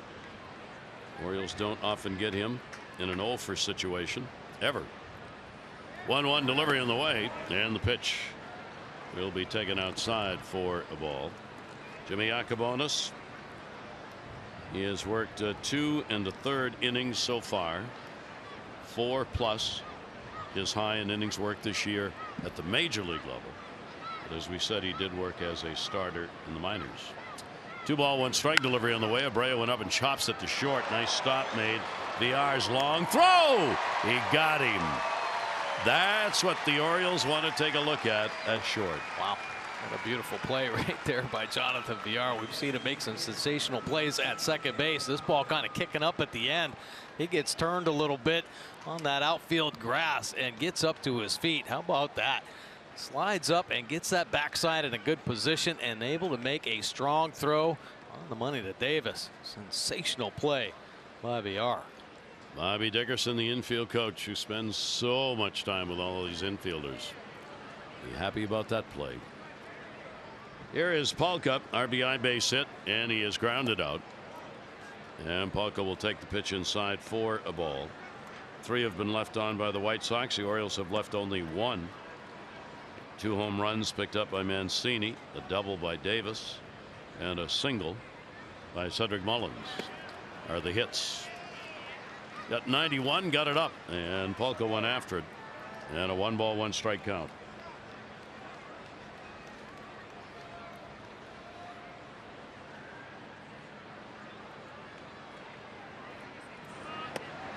Polka not going to chase that one, and it will be away. Daniel Polka, true designated hitter. They don't feel as though they have a position for him to play. Would have to be in the outfield if he was going to play. That ball's going to be to short. Squibber, and it falls in. That ball had spin all over it, and it went down so quickly Villar could not get a glove on it. All right. Yeah, had a serious sink on it. Polka didn't know where it was. I'm not even sure if Villar knew where it was. How about it diving right there? Just underestimating what this ball's going to do. As it's spinning, it's biting down. Almost like a breaking ball. That fooled everybody. We always talk about baseball, how this game will just humble you in a hurry. Oh boy. So Villar makes one of the great plays of the season, right, on that throw it short. Yeah, definitely. And in the same inning, next batter, that one deep to left field. It is way back, and off the top of the wall and gone. Goodbye home run, Avisail Garcia. Had just enough on it in left field, and another 2 RBI homer, and it is a 7-2 White Sox lead. Kind of quick change. The look at this inning after that misplay by Villar. And a great play. Seemed like a lot of momentum on the Orioles side. A little blue pit, and boom, a home run. And 2 more quick runs put on the board for the White Sox. Well, the White Sox also using the home run. Avisail Garcia gets it. Number 17, RBIs 42 and 43. And the pitch is in there for a strike. So for Jimmy Yacobonis, it's been the long ball that has troubled him here in relief. Aviez, his home run came in the 3rd inning off Yacobonis. He goes down the line with that. That is going to take a roll foul. Chance for an extra base hit, just missed it. A few hard hit balls getting some guys stirring out in that Oriole bullpen.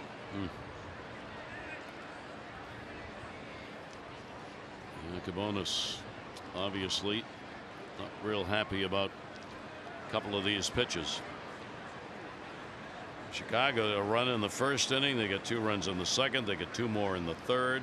Did not score in the 4th. They get 2 more here in the 5th. Donnie Hart in the bullpen. Aviez will step out. 0-2 count, 1 down, nobody on base.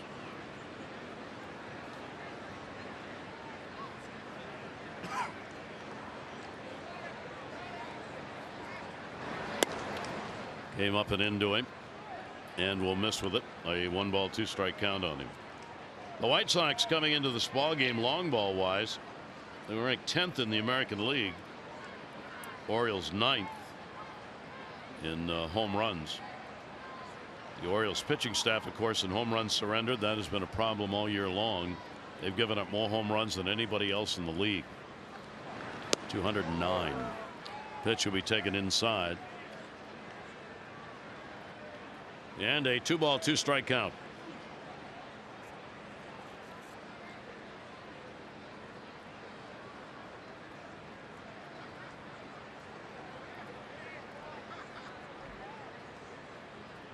Left-handed hitting catcher.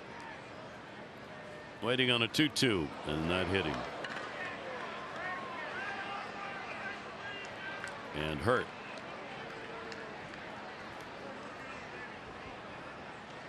Take a look at the slider. Working in there and nowhere to go. A lot of bone ain't there on the side of the knee. hard hit balls, then a hit batter, and Roger McDowell out there calm Yakubonis down a little bit. Give Donnie Hart a couple extra warm-ups. Third hit batter by Yakubonis, and Herm Snyder, the trainer on the right there, checking him out. Right on the side of the knee. Huh? So he will limp his way down to first base. Still only one down, a runner on. Yakubonis needing to settle it in here in the 5th inning. Anderson coming up, reached on an error, and he has struck out. Tim Anderson with one down, runner on at first.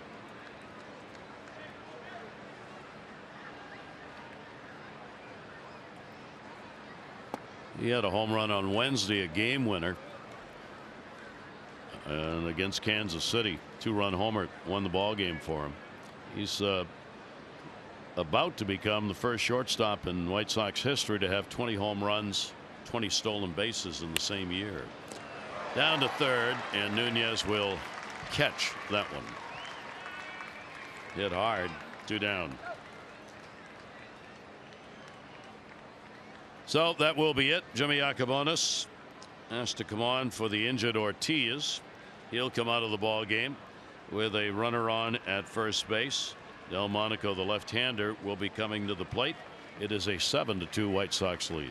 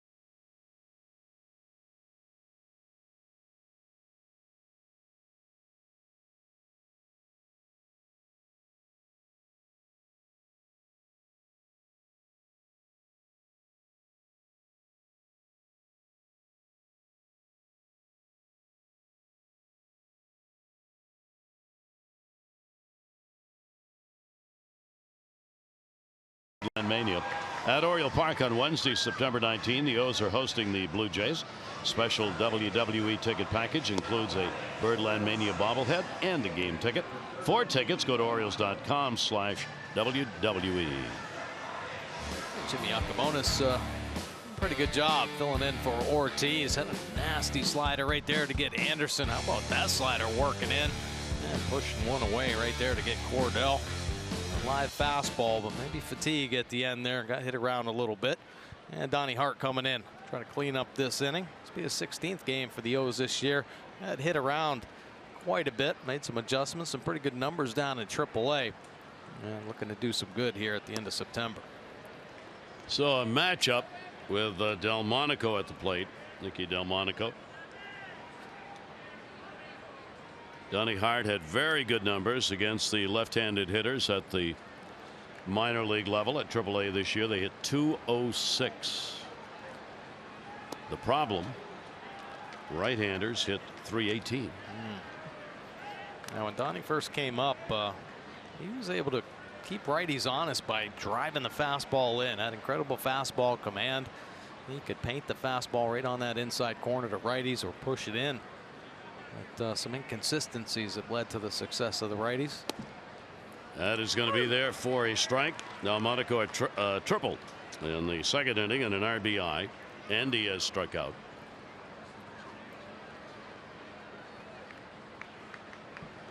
Two and one. Little light mist has let up, although it is foggy here at the ballpark. 2-1 delivery. That sidearm is going to be fouled back by Delmonico. So a 2-ball, 2-strike count with 2 down. Another 2 runs in here in the 5th inning. Moncada's had an RBI. 2-run homer. Garcia. 2-run homer. Narvaez. 2-2 delivery. That pitch breaks so much. You saw Delmonico really didn't want to move, even though it was coming right at him, waiting for it to break back in, and it almost got him. Exactly. You got to be fearless. You're facing a pitcher like this, dropping down to the side. And right there, Delmonico staying in as long as possible, almost clipping the front shin. 3-2. Runner will be going at first base, and he held up on it. So that lefty-lefty matchup does not work, and Hart surrenders the walk to keep this 5th inning going for Chicago. Hit batter down at second base and a walk on at first. Gardell has gone 0 for 2. He has grounded out and struck out. 2 on and 2 down.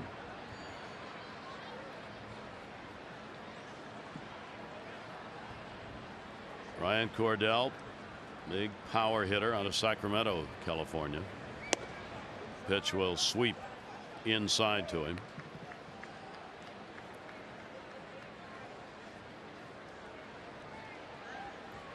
Cordell played at Colorado Springs last year. Hit .284. Good year. 10 home runs, 45 RBIs. 1-0 pitch on the way.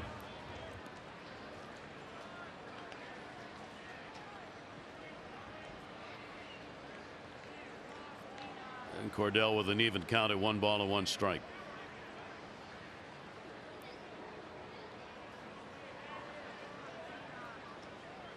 Had no major league service prior to this season for this right-handed hitting outfielder. The rookie, 1-1, 2 on, misses inside, and a 2-ball, 1 strike count.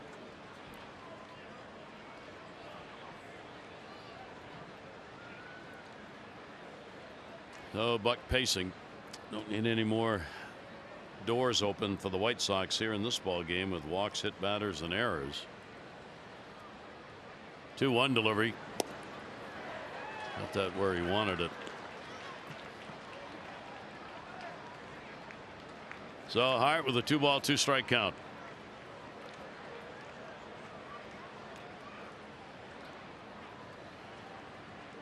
Moncada, top of the order, on deck. So Hart wants to end this right here. Narvaez off second base. Lead runner. Delmonico off first and down and away to get him. So Hart gets the strikeout on the right-hander. 2 more runs in though, 7-2.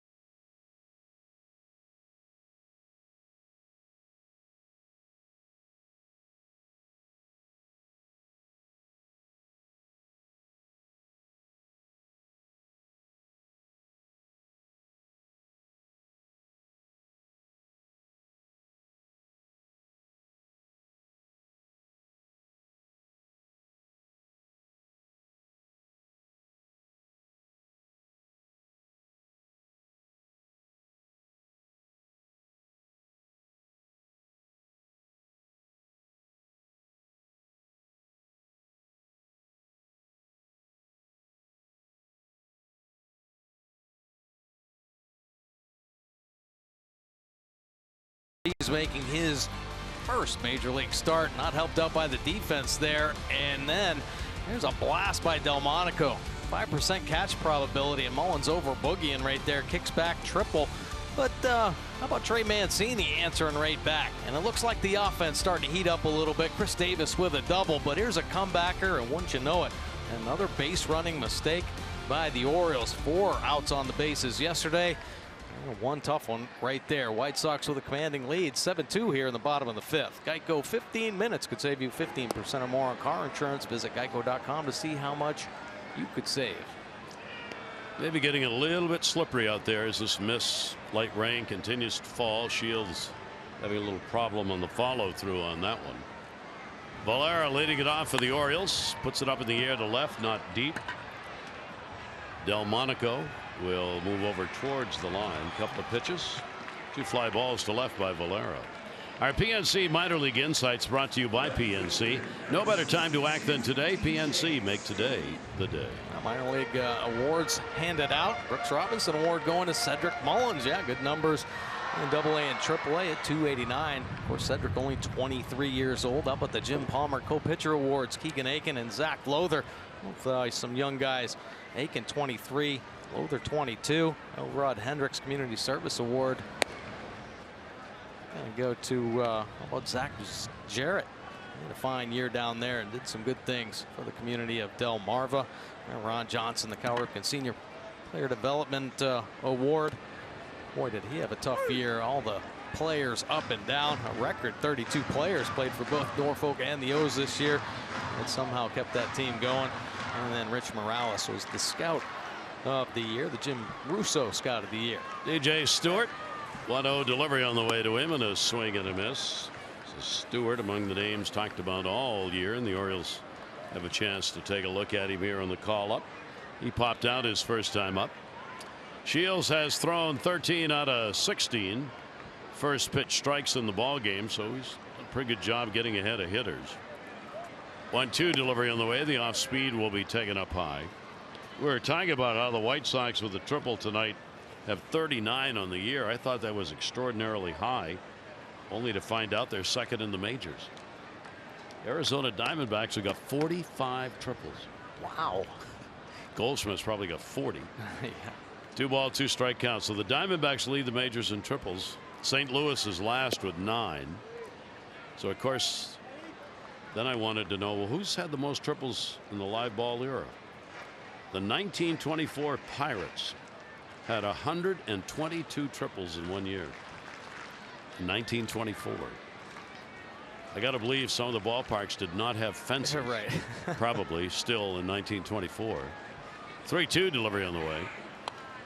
Because in those days, literally, there weren't fences. As I'm sure baseball fans know, you see the pictures with the crowd standing around the outfield with nothing between the playing surface and the crowd. And balls that were hit into the crowd kept rolling, and they were in play. That's why you had inside the park home runs, and you had the Pirates getting 122 triples. 3 ball 2 strike count. Goldschmidt, by the way, has 5 triples. That ball will be foul back and out of play.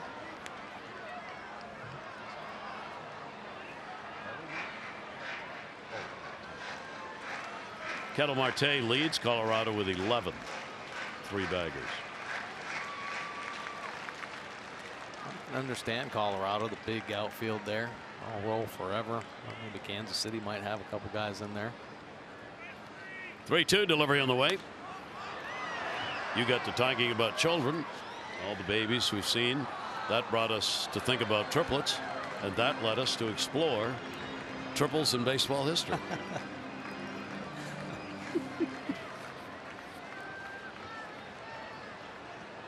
We said it's getting a little slippery out there. Take a look at James Shields, a little slip right there. Don't want an injury. No. 3-2 delivery. Stewart at the plate, and a chopper down to first. Little roller. Abreu will go to the bag, and there are 2 down here in the 5th inning. As you enjoy a Miller Lite, look forward to the whole true moment later in tonight's game. Now we will add one more tag to our triple story. The most triples all time in Major League Baseball, any era. The 1894 Baltimore Orioles. 150 triples in 1894. Wow.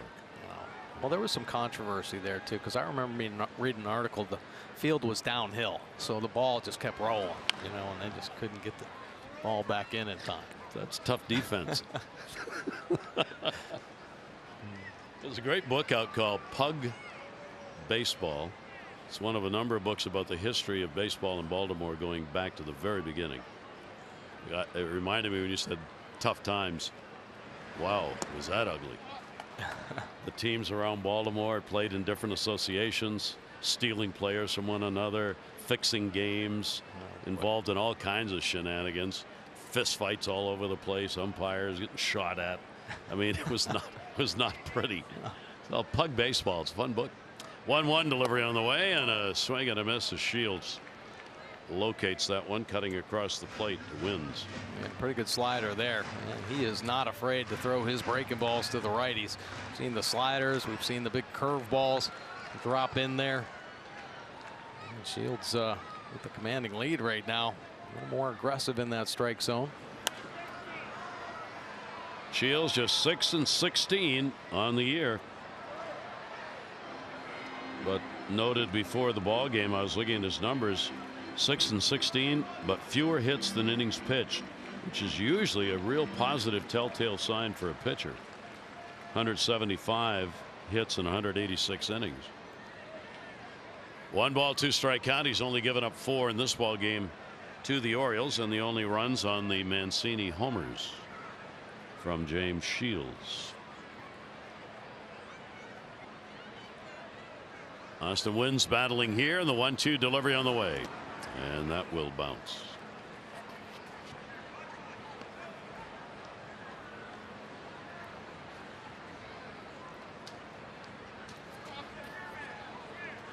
Skipper Quinteria has been able to just sit and watch. Don Cooper, the pitching coach, also watching Shields deliver, not having to get that bullpen active at all. Ground ball is going to go to the shift, Anderson. That'll do it. So Shields has a very quiet 1-2-3 inning. He's retired him in order, 2 out of 5 in the game.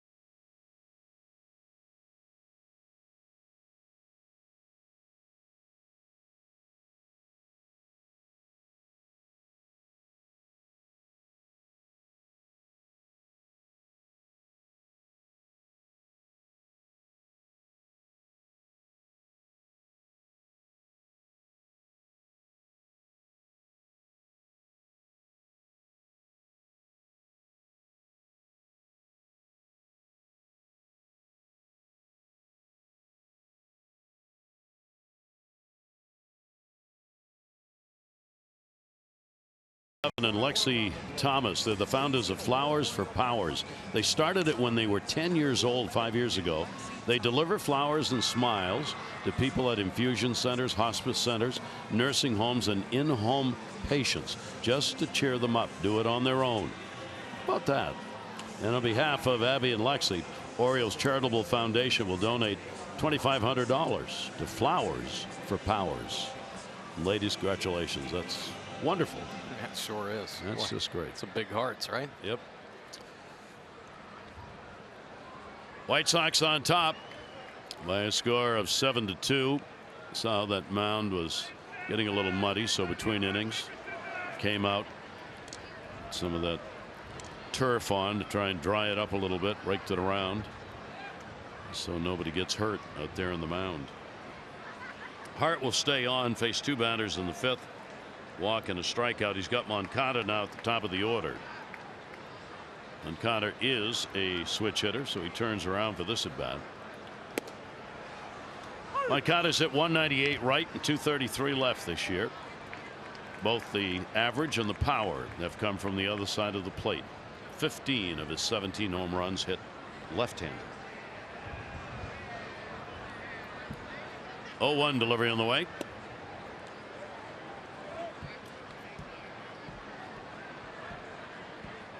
I wonder if they talked to him about sticking to just left-handed.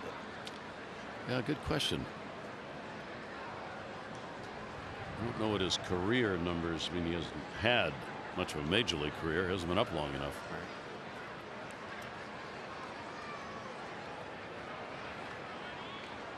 Real hard to find guys whose numbers are about the same both ways. 1 ball, 1 strike count. High to right. Adam Jones. And he will put it away for the out. Moncada is retired. First time they've gotten him. He's 3 for 4. Now the Orioles invite all fans ages 21 and over to enjoy an Oktoberfest celebration. The Orioles hosting the first Oztoberfest here at Oriole Park. It'll be on September 28th, a Friday night. Special ticket packages include an exclusive pregame party featuring a variety of Oktoberfest style beers, a limited edition 22-ounce Oztoberfest ceramic beer stein, and a game ticket. Go to Orioles.com/Oztoberfest. First delivery will be taken away. Sanchez. He has grounded out twice, drawn a walk. Yalmir Sanchez also a switch hitter. 2 switch hitters, top of the lineup for Renteria's White Sox. 1-0 delivery on the way. That'll be outside. 203 right-handed, 261 left. He too. Home run power the other way. All 7 of his home runs have been hit left-handed. Even more of a differential than was true for Moncada.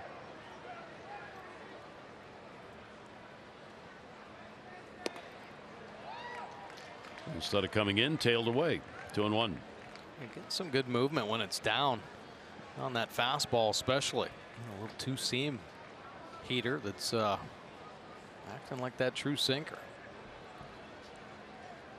Donnie Hart with a 2-1 delivery on the way. Tried to go there again. This time will not get the location he wanted. Sanchez has reached in this ball game with a walk, so he's now been on base in 28 of the last 30 games, getting a hit in 24 of those games. 3-1 delivery on the way. Souvenir for the folks down the line.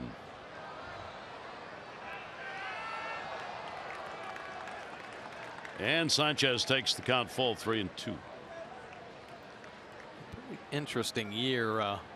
So many teams kind of coming out saying they're going to be rebuilding, and I think it's going to be interesting to see how these teams go about it, what their philosophies are going to be, and what they're going to be trying to do as far as their rebuild goes. This White Sox team's got a lot of guys that have been here actually for a few years. So, I mean, are they just going to all of a sudden work with what they've got and try to rebuild around some of these players like Abreu and their shortstop Anderson? Or are they going to try to do some different things? You know, I know we were talking about Billy Beane and the Oakland A's and what they do out there, and every year it's, you know, they just mix and match and hope the right chemistry comes together, and if not, they just start trading again.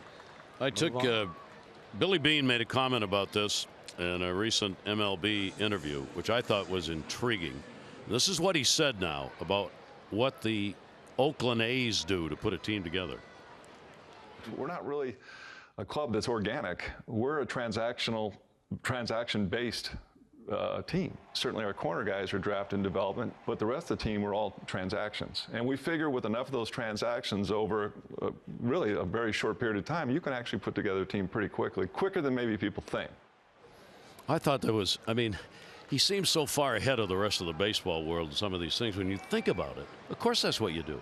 Right. He said, listen, 2 months into the season, 50% of baseball teams have already decided they're out of it, whether they say it or not. So I got to decide, am I in or out? If I'm out, then I go to the teams who think they're in, and I cut deals and get rid of guys I don't need because we're not going to win anyway. And if I'm in, then I go to the teams who are out, and I make deals to get guys back who are going to make me better. Right. How about, I mean, what a philosophy. Exactly. And all of baseball history talking about building from within and your minor league systems. And Billy Beane goes, no, we're not organic. We move people around. We get what we need when we need them. Right, and they, you know, a small market team, so they're not going to pay them for a 6-year deal and keep guys around. I mean, they've had some great players come through there, you know, MVP players that they've had to get rid of. And, of course, they capitalized in the trade market on some of those superstars that have come through there. 1 ball, 2 strike count, and a chopper that's going to go to short. The R1 relay will not be in time. But about all you could do with that. Valera got rid of it in a hurry. They'll get Sanchez on the out at second base, and they're going to get the out at first, too. How come? Calling interference. Take a look. Valera turns it over. Must have been on the slide. Yeah. Apparently that slide, they say, went too far. You're not supposed to cross the bag or go into the defender making the turn. Renteria says, I'm going to challenge that, and does. That's the interference right there. Even Valera wondering what the heck happened. Yeah. That is Nick Mabry, who's the second base umpire, making that call. Yeah, this is the gentler, nicer baseball. Yeah, well, we have not even seen, I haven't seen this call all year. Yeah, take a look. Now, question is whether or not he went after Valera. Supposed to slide directly into the base and at least be able to hold on to the bag, and it looked like his backside went right over the base and stayed right there. Yeah. I mean, I think what Buck is saying is probably asking, number one, can you challenge this? Because you don't see it often enough. And the answer from the crew chief, Tom Hagen, the third base umpire, is yeah, we can. Now, is that an interference? Oh my gosh. I could hear, wow. I could hear the Ray Fosseys of the world, because Ray was just here going, give me a break. Yeah, right. I know there's a lot of players, or, well, I'm not going to say players, former players that aren't too happy with that rule, but they've kind of been staying away from making that call and just letting players go about their business. It didn't look like there was any intent to hurt Valera on that one. And you don't, I mean, it's just, it's a judgment call, and I don't know how you overturn that.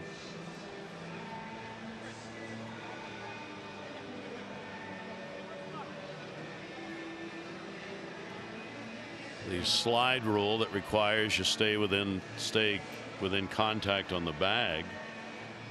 But boy, it sure looked like he was not only in contact, he was sitting on it. Yeah, it looked like he was sitting right on it. He didn't reach out. He kind of leaned with the body. He's sliding directly in there, and if anything, he's kind of protecting his own self when he puts his arm up in front of his face. So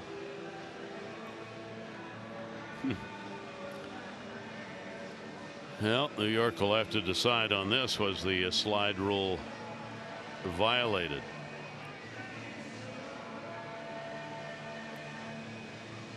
taking a while trying to figure it out.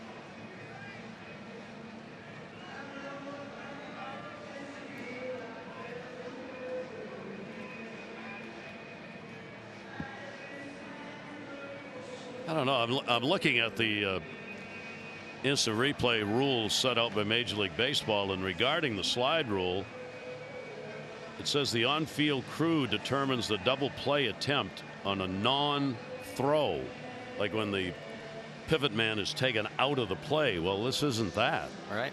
Yeah, he made the throw, got it off. He's on the bag. I mean,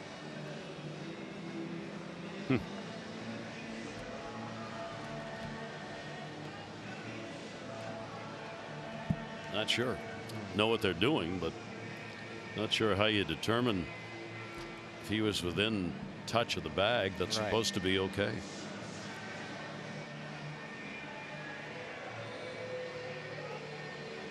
There was no one more surprised than Valera. Nope. Yeah.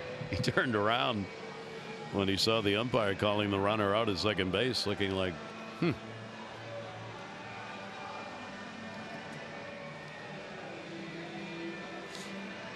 Well, maybe they're changing the rule right now. Up in New well, York. it wouldn't be the first time.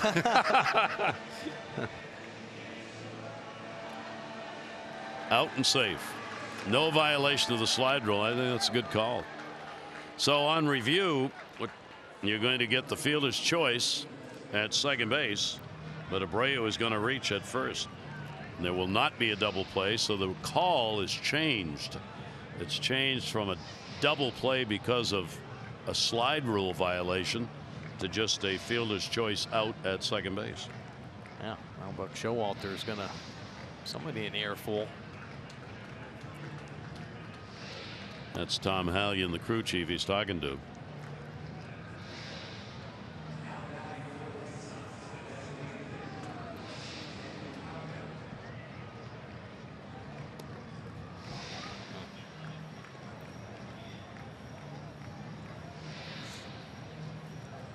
So the inning's going to go on. Donnie Hart taking some throws here.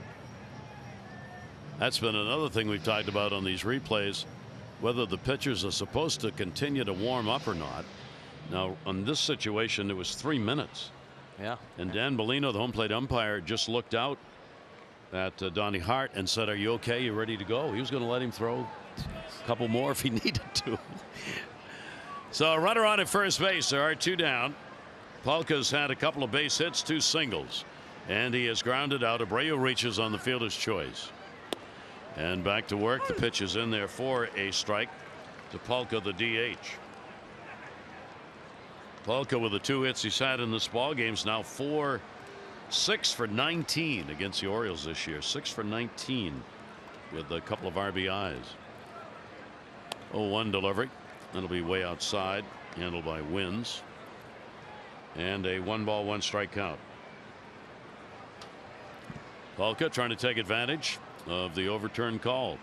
He's claimed off waivers from Minnesota. How about that for a pickup? Rookie ball player. 1-1 delivery on the way. Who's provided some great power numbers for this Chicago team. 1-2 in the mist at Camden Yards. Hart looking for an out. 1-2 delivery on the way, and he will get the cut and the swing for the strike. So Hart's got a couple of strikeouts. A runner left on. We go to the bottom of the 6th.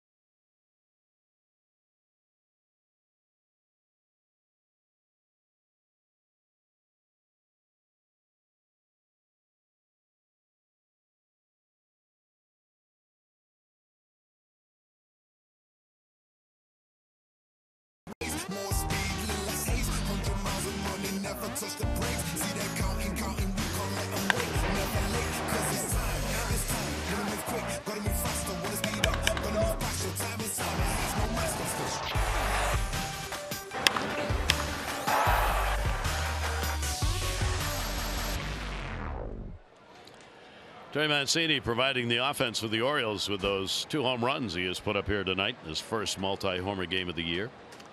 7-2.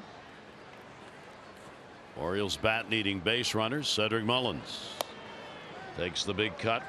Mullins has picked up a single, called out on strikes.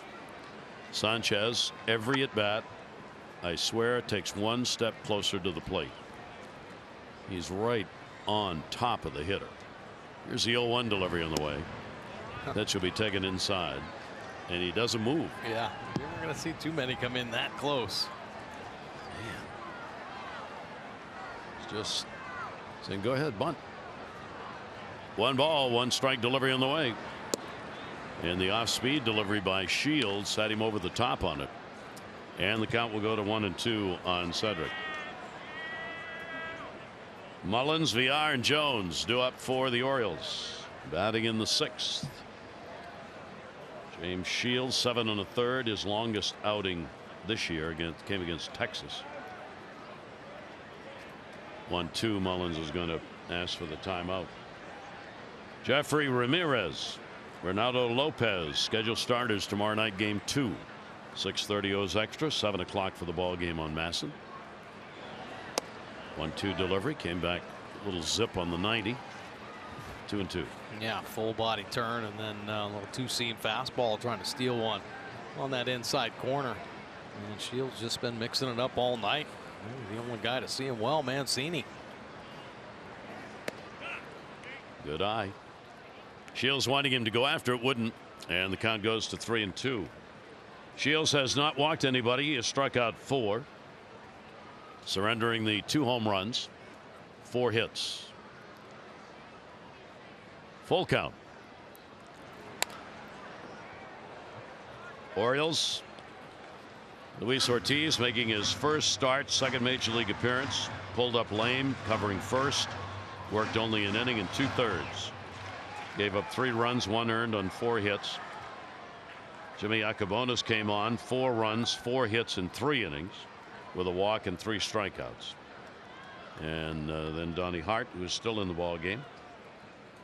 3-2 delivery on the way, and will walk him, and Shields spins in disgust. Puts a man on. Orioles baseball on Masson, brought to you by WB Mason. Who has the name brand products you love at amazingly low prices? Who but WB Mason, the official office product supplier of the Baltimore Orioles. And by the University of Maryland Medical Center. Be a part of something greater.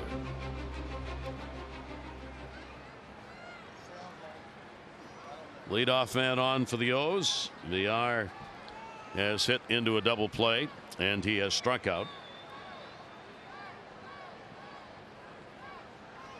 Sanchez again in at third, not quite as close as with Mullins. Shields with a little room to work with that 7-2 lead he's got in the ball game. That's a bummer. Warming up in the bullpen, the left-hander.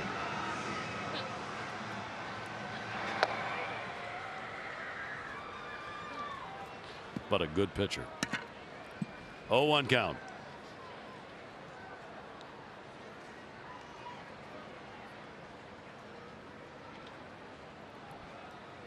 Not a big lead at first. Shields the off-speed delivery down the line. Very deep Delmonico and left. Long way to go. And not close to having a play on it. VR trying to pull those hands inside. He really wants to shoot one by that third baseman. Heading back with the 2 strikes. 0-2.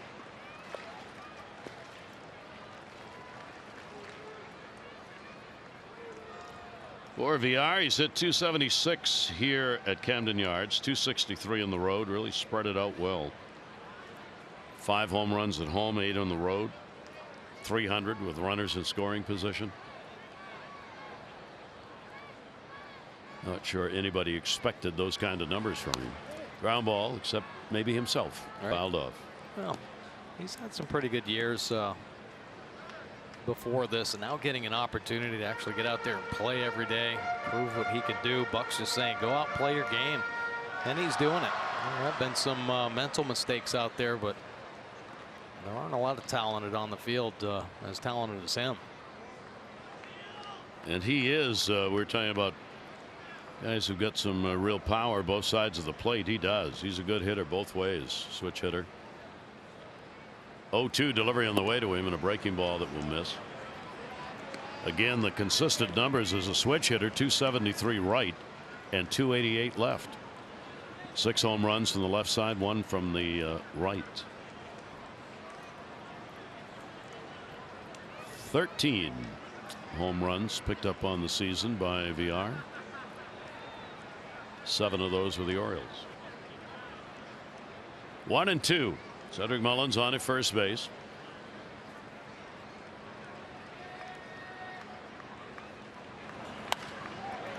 Towering pop up behind second. The shift was on. Anderson says get out of the way, and makes the catch, and VR is retired.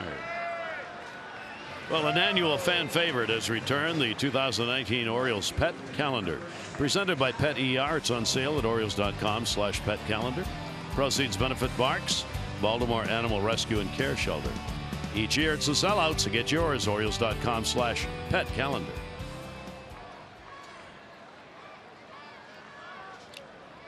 It was Bark at the Park week here at Camden Yards. Yeah, it was fun seeing all the dogs. Fun seeing your dog last night. I got to apologize. And yours. Yeah, I saw our dog. My dog gave me so much trouble last night because I never said her name. So I'm sorry, Emmy. Her name's Emmy. There we go. It's lucky you took care of that. Yeah, boy, she upset. You could have had a couch that would be in tatters. Funny you say that. My wife had to clean the couch today. You know, dogs go into regression at a young age. Well, we found Oh my out. Lord.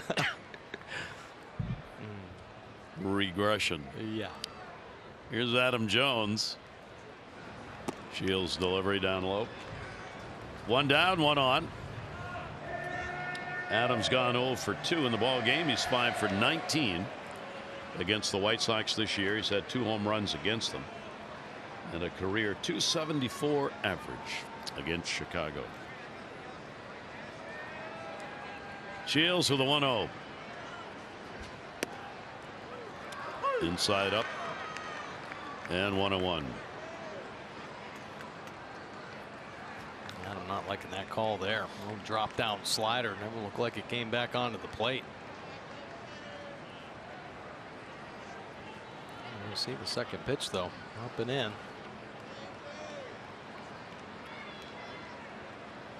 1 ball, 1 strike count. Outfield shaded to right, big gap left center. Infield move the other way.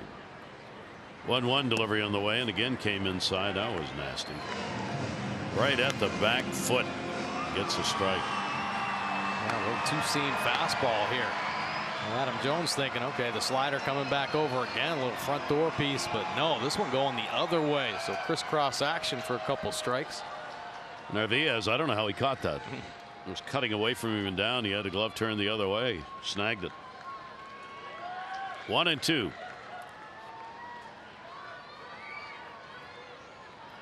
Mullins extends the lead a bit at first, about a half a step. And Adam puts it in the air right where they were playing. Cordell will put it away for the out. Jones retired, and there are 2 away.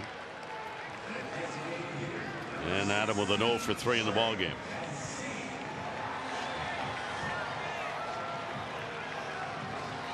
Trey Mancini. It's a real nice hand. Multi-homer game, numbers 22 and 23.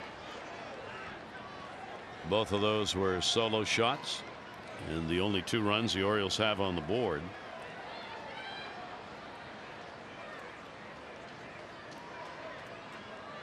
Mullins remains at first base. The infield shifted around. Shields takes that big swinging door set and then sidearms it in there and misses.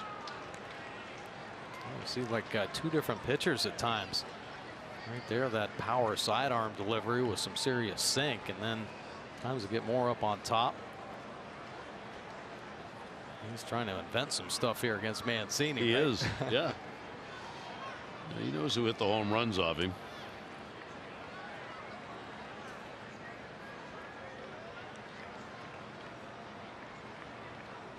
Shields a long hold. 1-0 delivery. That will be on the outside corner for a strike.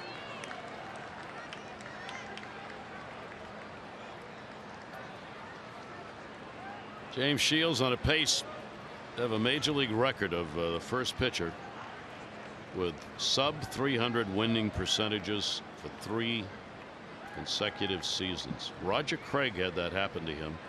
62, 3-4. Former pitcher and Giant manager. 1 ball, 1 strike delivery on the way, and that'll miss outside. Roger Craig, of course, the guy that came up with a splitter. Right, yeah. And take a look at the drop down slider after a couple sinkers. Not getting the call, down and away.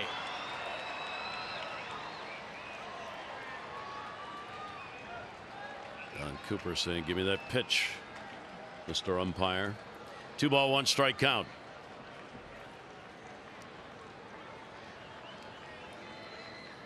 And Shields way inside.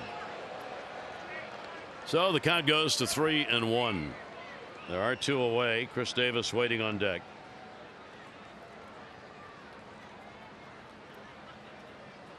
Shields will not be willing to surrender to Mancini on this pitch, I would think. He's got a good lead, but he doesn't want another 2-run homer. He'll work for a strike here, but his strike. 3-1 delivery on the way, and he went away with it at 87. 3-2.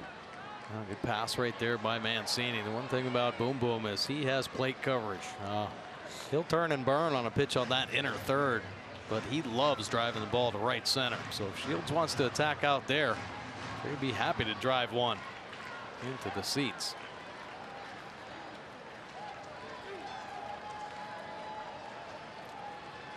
Full count, 2 down. They're still going to hold Mullins. He'll be running on the pitch. Shields looking over, and Abreu's still there in the bag.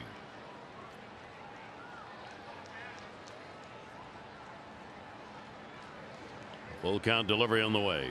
Oh my gosh. You talk about getting jelly-legged on a pitch. Trey Mancini will walk away. Watch the reaction of Mancini.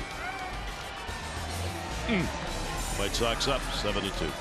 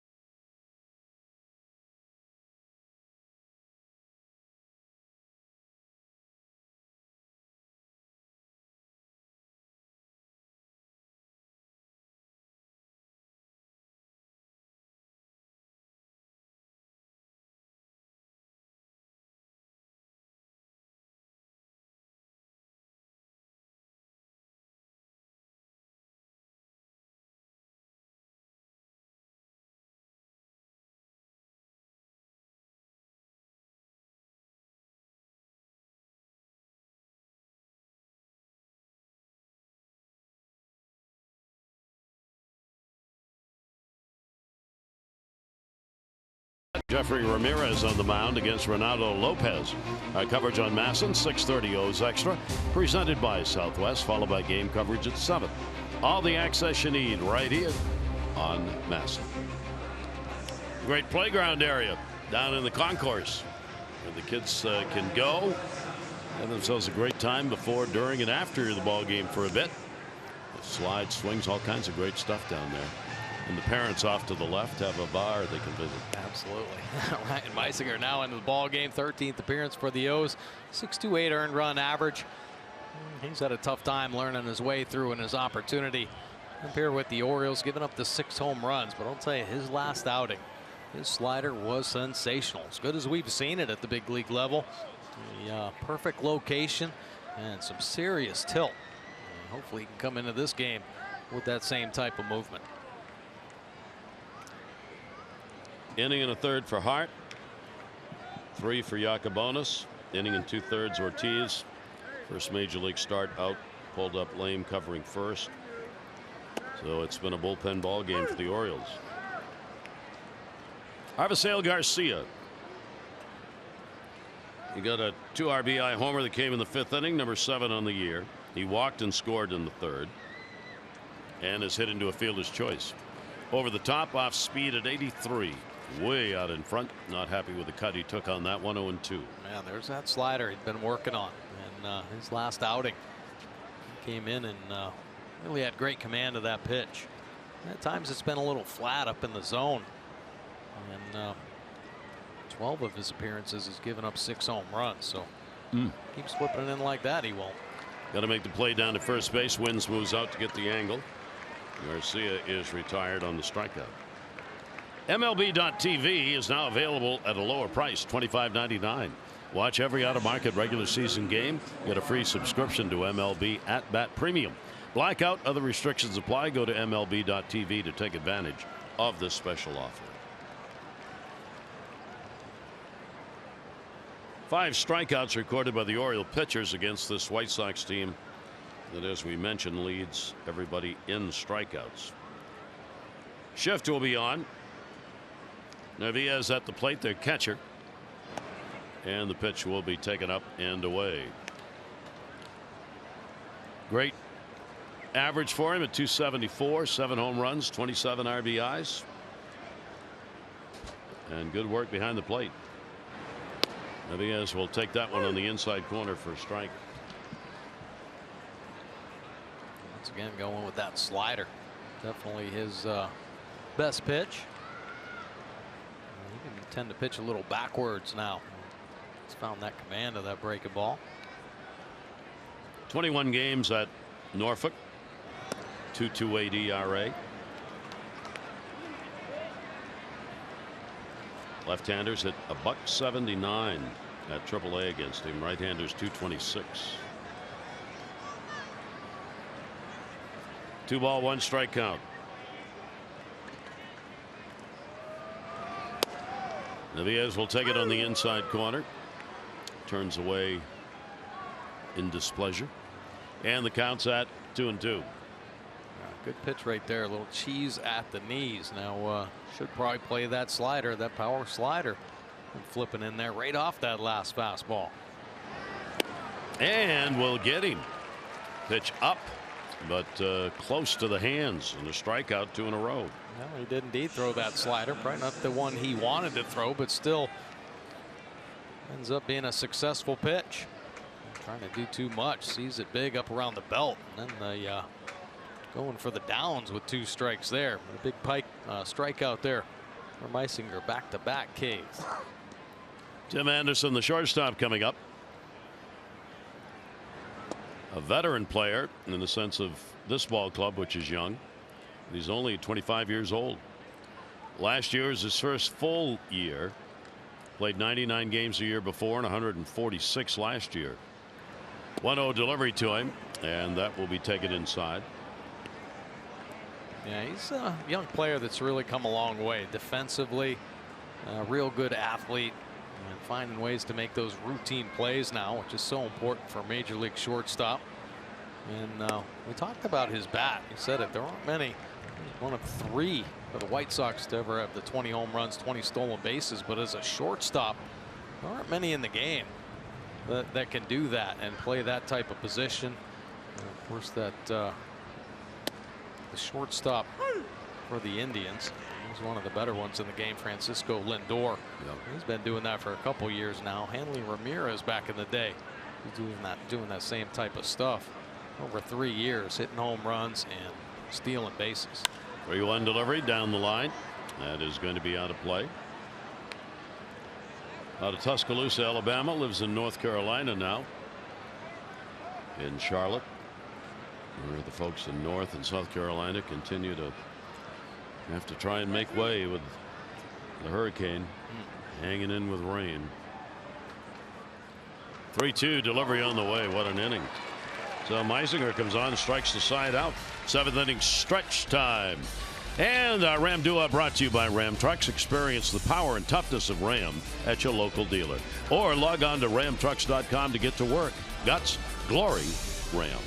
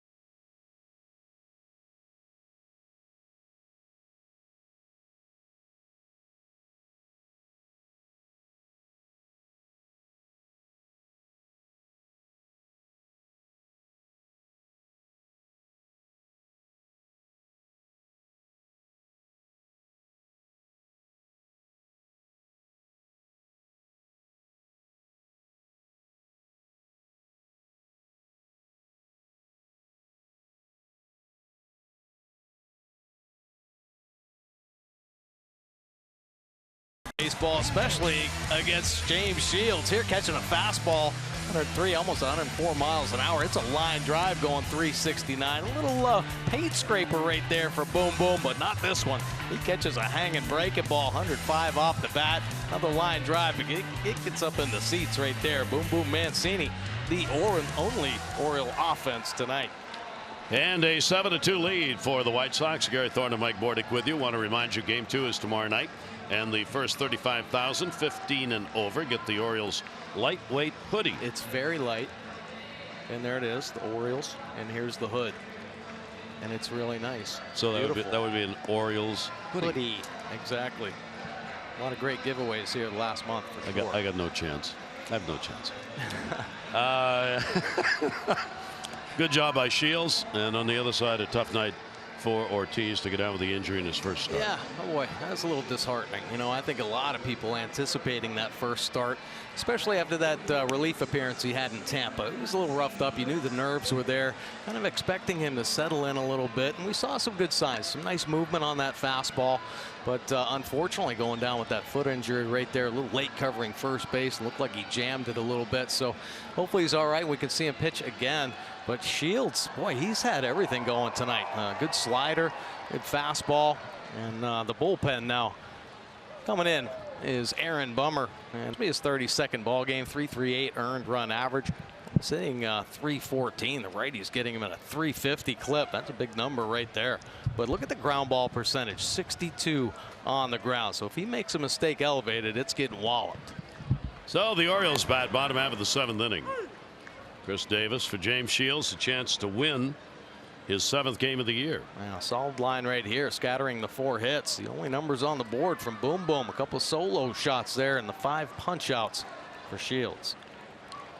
0-1 delivery. That'll come inside. Remember, we told you that Shields, struggling on the road, had not won in his last 8 road appearances. So he's got a chance to have that taken care of tonight if the bullpen can get their job done. Well, the Orioles will try and get into it. Davis a double, and he is struck out. Chris came in 0 for 17 in his last 17 at bats. Ended that with that double in the 2nd inning.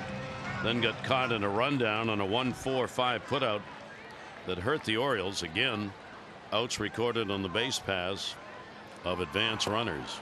Swing and a miss will get him on a K. Pretty good breaking ball right there. And take a look. Good finish down at the bottom of the zone and out of the strike zone. Well, the elevated one, the one for Davis to hit, it kind of buckled the knees, and they're expanding the zone for strike 3. Moncada, as we said earlier, leads the league in strikeouts with 196. He has not struck out tonight. Chris Davis 2 more Ks up to 180. He is 4th in strikeouts. 1 down, nobody on. Pitch taken up. Nunez, fielder's choice, and he is flied out. So the Orioles got 5 runs on 12 hits in the ball game against Oakland last night. Back to 2 runs on 4 hits so far in this game. Nunez will take the pitch, and it is in there for a strike. Let's see, in Hamilton in the bullpen for Chicago, and Tanner Scott for the Orioles.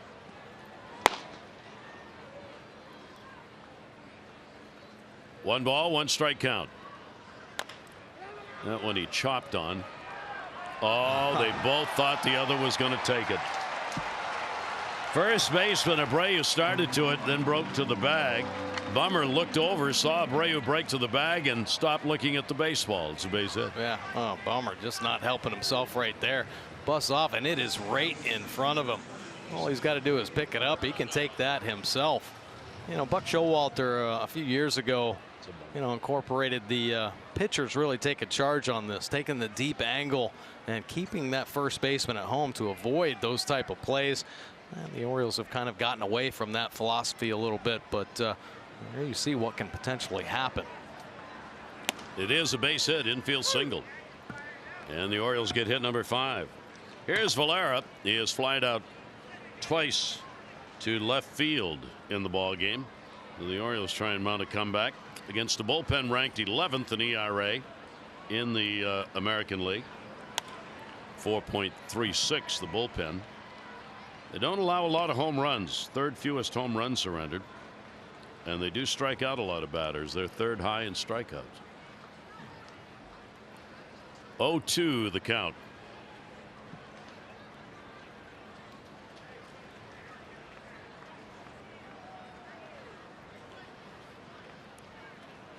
Outfield shaded to left. They'll give him the big gap in right center. Bummer's delivery's hit that way, and it'll be a base hit. Garcia over to get it. Down to second base goes Nunez. So the Orioles here in the 7th inning getting what they needed. Got to have guys on base. Valera taking advantage of some playing time here and doing what he's supposed to do. A little fastball not out or third. He's got a big hole to shoot it through, and he does. Nice execution there. Not trying to do too much. Slapping a hard single through. So Aaron Bummer having a problem after getting the first out. Orioles get 2 on.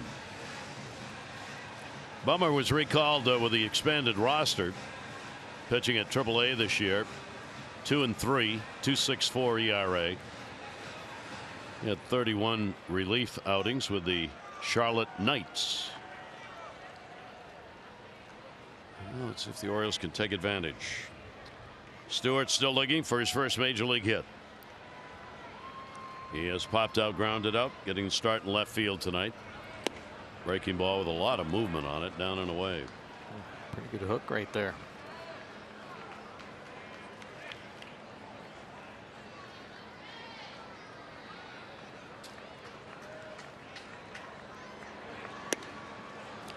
That is in there for a strike.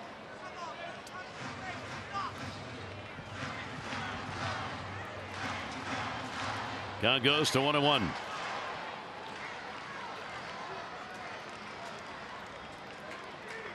Outfield again will shade to left. 1-1 delivery. Wow. Yikes.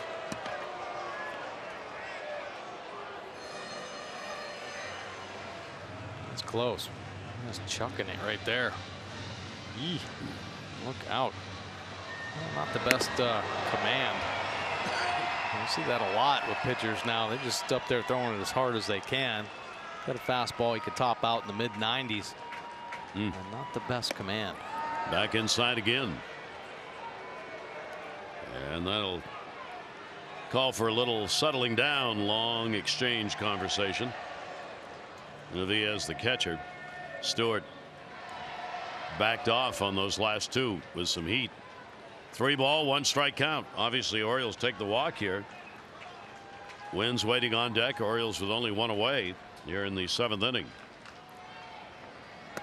And all over the place. And the Orioles indeed will load him up with one down. And that will call for a pitching change. So not going to let this go very far. Rick Renteria, the skipper, is on his way out. As Bummer cannot find the strike zone. One down, bases are loaded. Hamilton coming on to pitch.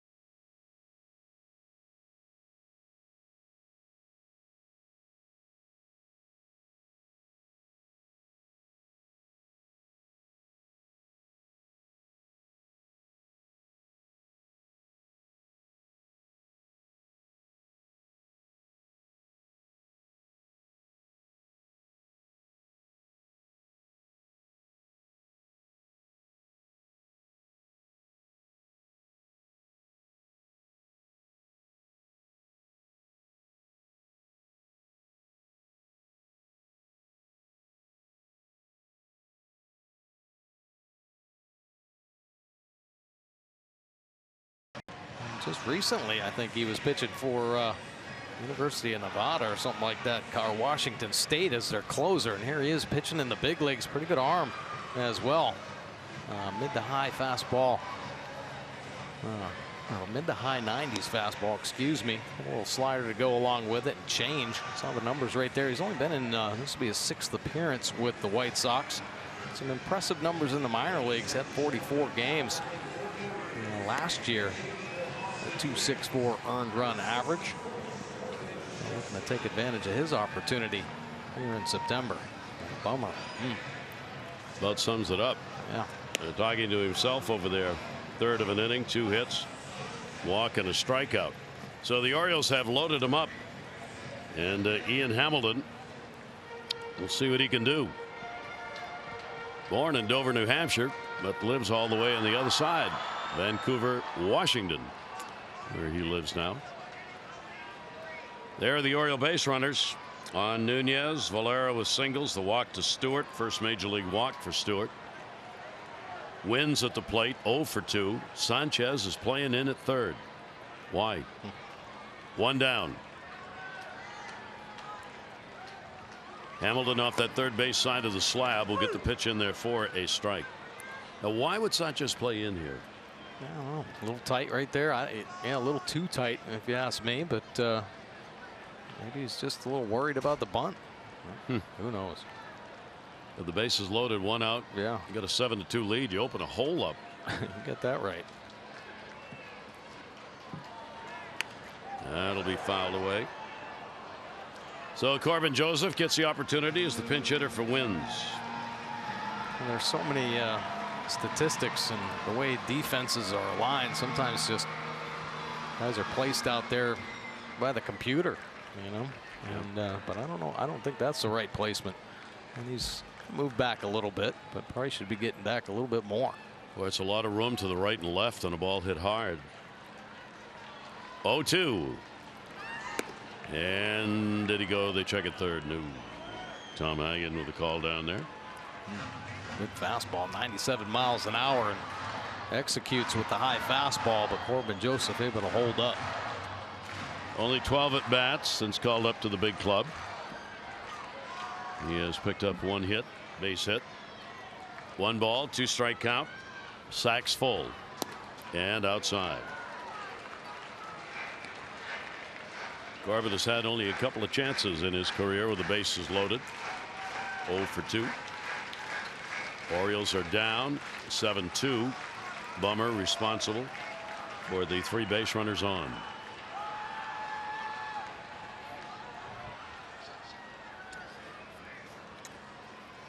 Two delivery on the way.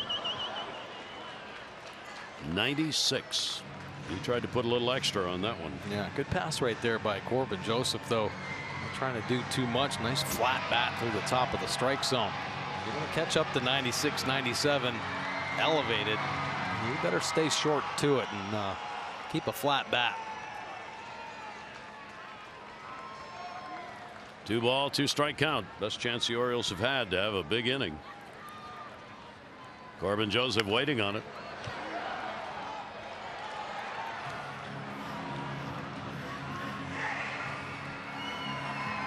Hamilton pitched as the closer in college ball at Washington State. 3-year letter winner there.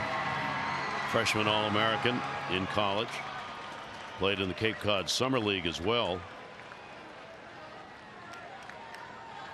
2 ball, 2 strike count still. And that's going to be up, and there's nowhere else to go. 3-2. Well, Corbin working a good at bat right now. Staying quiet. Not jumpy. Starting to get a little more relaxed. You know, a lot of these younger players just feel like they got to do so much in their opportunities. And Corbin limited at ABs, but been around long enough. Putting together a nice quiet AB here. 3-2. Bases loaded. And one more time.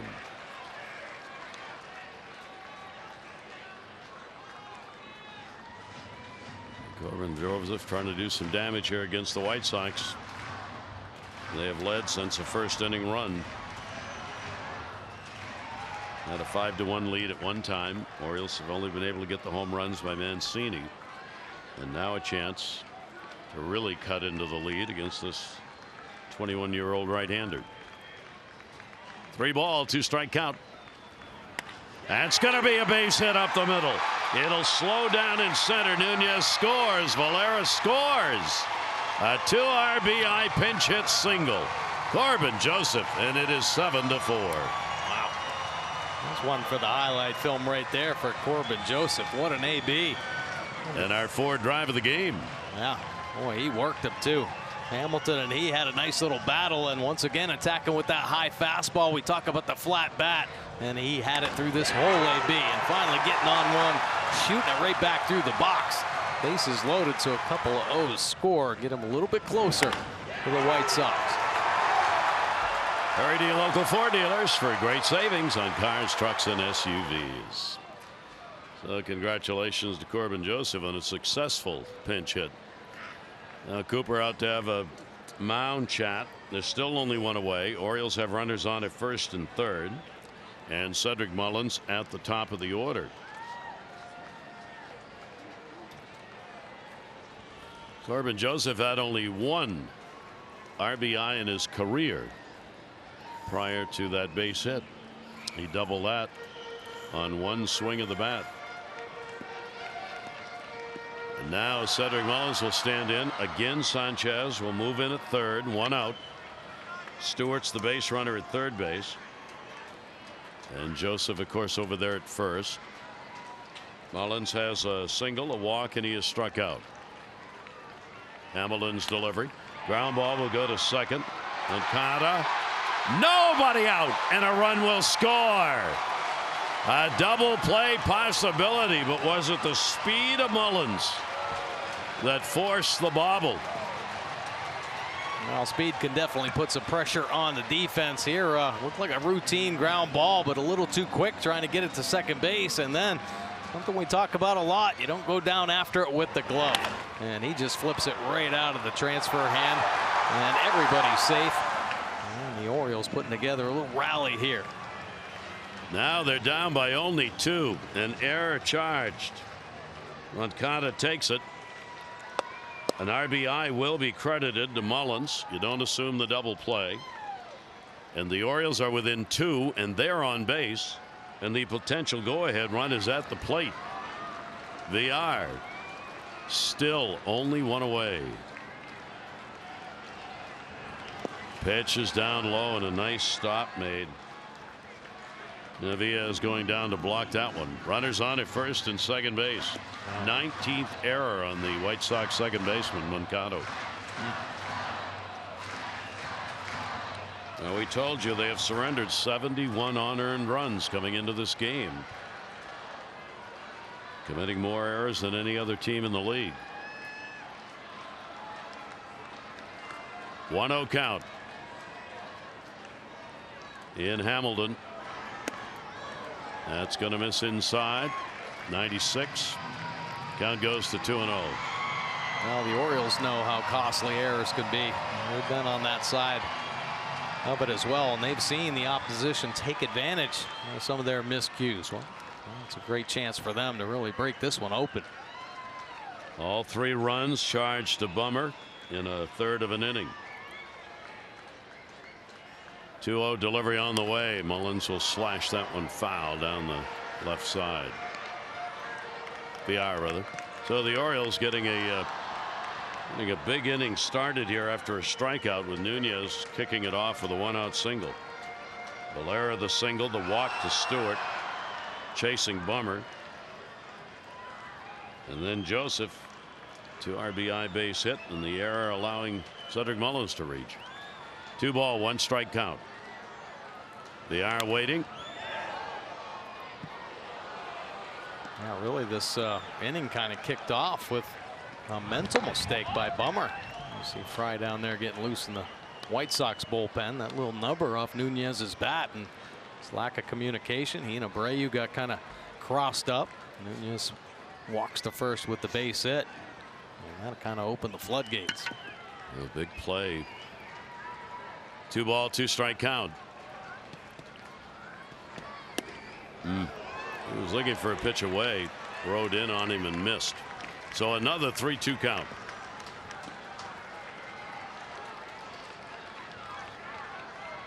Three, 2, 1 down. The young reliever desperately wanting a ground ball here. OBR is not easy to double up.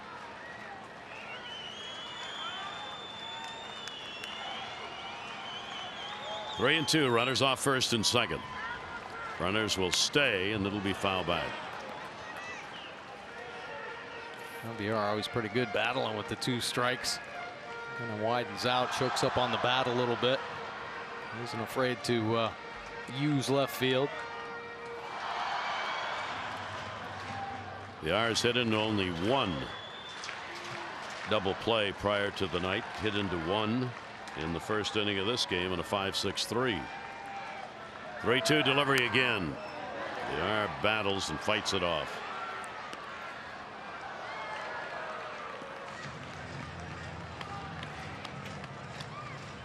And that will call for a conference. It'll be at least an 8-pitch at bat. Now the umpires will chalk this visit up as the entire infield moves in. Changing some signs. Too many good swings maybe from VR, kind of getting everybody a little suspicious. Of course, he's a little tardy on those fastballs.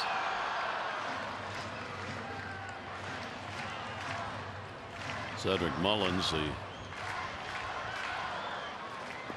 Orioles speedster, moving off first base. Joseph off second. 3-2 delivery and another one foul back. Some good ABs here in this inning. 5 foul balls off 8 pitches in this at bat. Outfield playing deep all the way around on him. Again, it'll be a 3-2. And they're loaded again. So the Orioles a chance to get on top in this ball game here in the 7th inning, with the bases loaded for the 2nd time in the inning.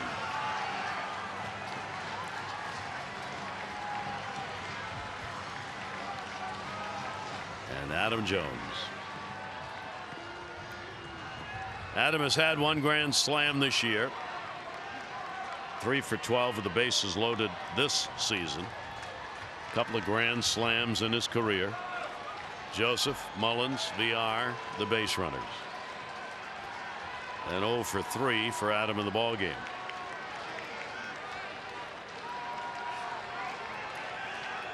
Major comeback attempt by the Orioles in this game.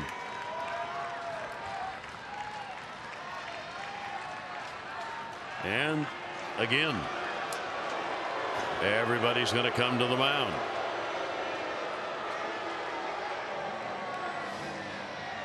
Just got to get everybody on the same page one more time here.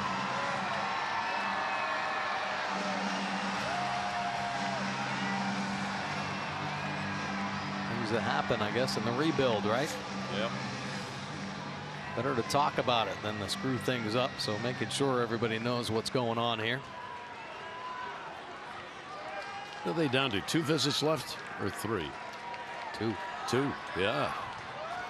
It's about as low as it gets. Right. Haven't seen that happen very often. Bases loaded. Still only 1 away. Swing and a miss and a hard pitch down.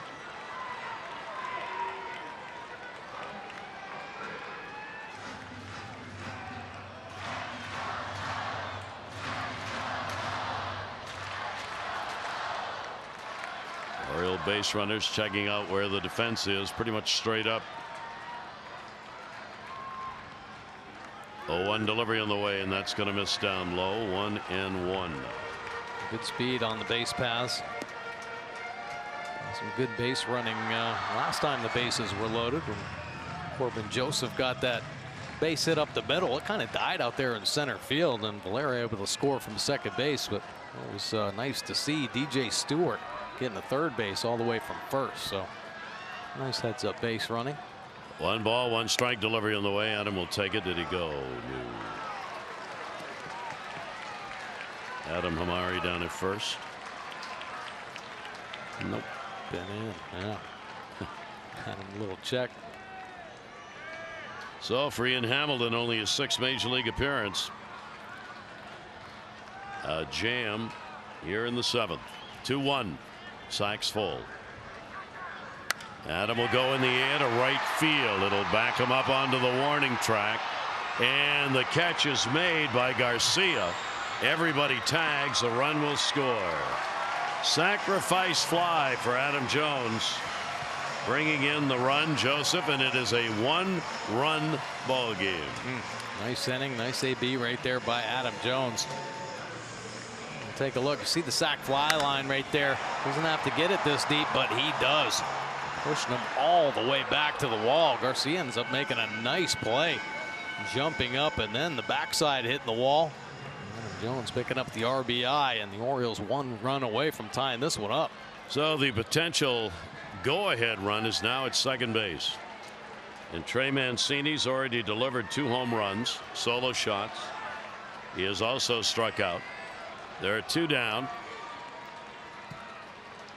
Mancini will try and give the Orioles a lead. 96-mile-an-hour fastball. 0-1. Adam Jones, RBI number 56 in the inning to make it a 1-run game. Cedric Mullins has his 7th RBI in this inning. And Joseph getting RBIs 2 and 3. Inside corner strike. 0-2. Man. Trey not liking this call. Take a look. 97-mile-an-hour fastball in off the plate. Trey will have to protect now with 2 strikes. Orioles have batted around here in the 7th inning. 0-2 delivery on the way and up with heat. Foul tipped into the mitt for the strikeout. But a big 4-run inning here in the 7th, and the Orioles have made it a 1-run differential.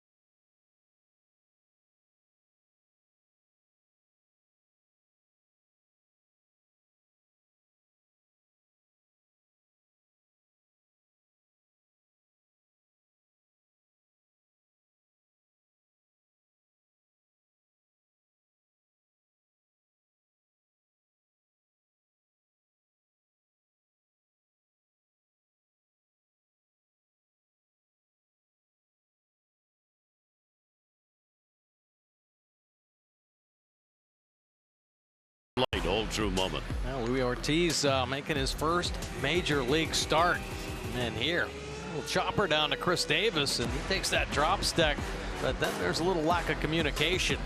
Ortiz a little late covering. He thinks Davis is going to get there. Then it's a foot race. But as Ortiz plants that right foot, something happens in there. He's got to leave the game limping. And you see the White Sox still hanging on to that 1-run lead after the Orioles put a 4 spot up there in the end of the 7th. One of those runs unearned in the 7th inning. Tanner Scott now into the ball game. 47th appearance for the Orioles. This kid's learned a lot. He's had his shares of ups and downs through this season. See the opponents hitting just 269. Big fastball slider combination. Tanner Scott, and the pitch, that one is going to be bounced outside. Ryan Lamar is at the plate as the pinch hitter, hitting for Delmonico. Caleb Joseph stays in to do the catching after Wins was pinch hit for by Caleb's brother, who got the 2 RBI base hit. Scott, the 1-0 delivery. Lamar will pop it up first base. Easily handled by Davis, and an out here in the 8th inning. This copyrighted telecast presented by authority of the Orioles may not be reproduced or retransmitted in any form, and the accounts and descriptions of this game may not be disseminated without the express written consent of the Orioles. 1 down in the 8th inning. Possible wedding. Oh, is that a little bachelorette party down there? Can't answer that. I can't really tell.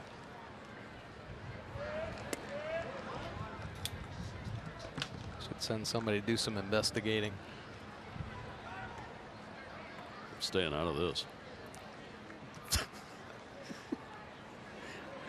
1-0 count.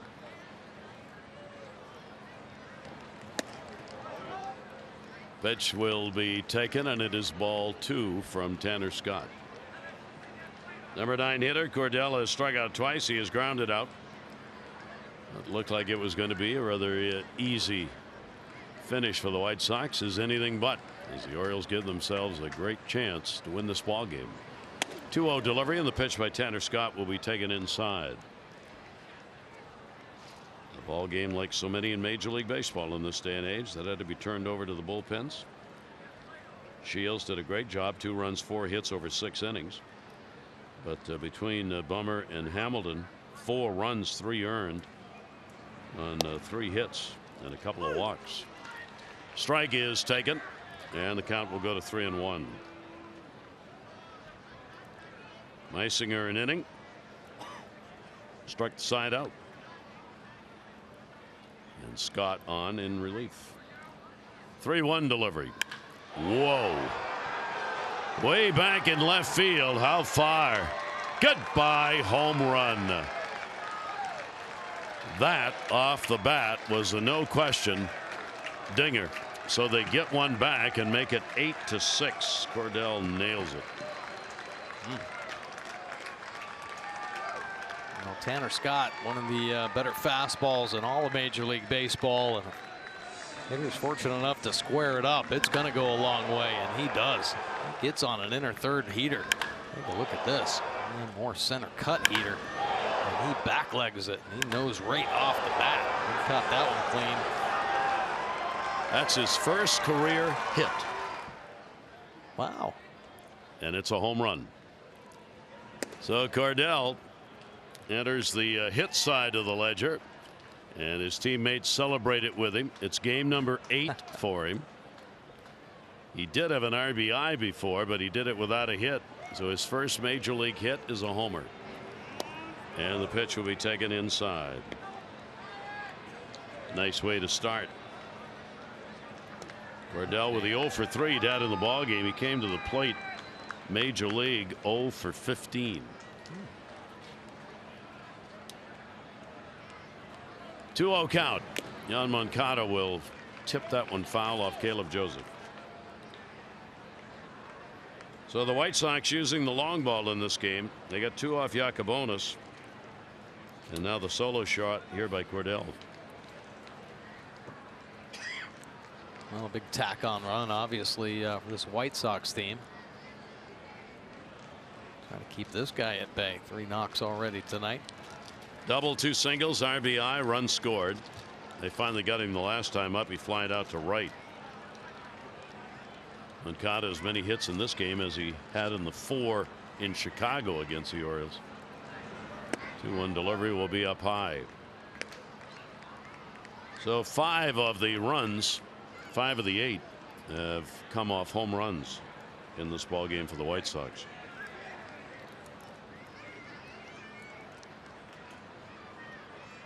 Scott working on a 3-1. So after the home run, a walk. Leadoff man in the order with 1 down is on. Walk number 4 they've picked up. Some nights a little bit tougher for Tanner than others when he has his command.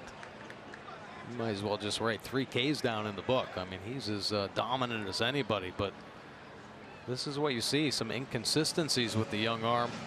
We've seen it all season long, and right here having a hard time harnessing everything. And of course, kid hits a home run off you. That'll chase you out of strike zone a little bit.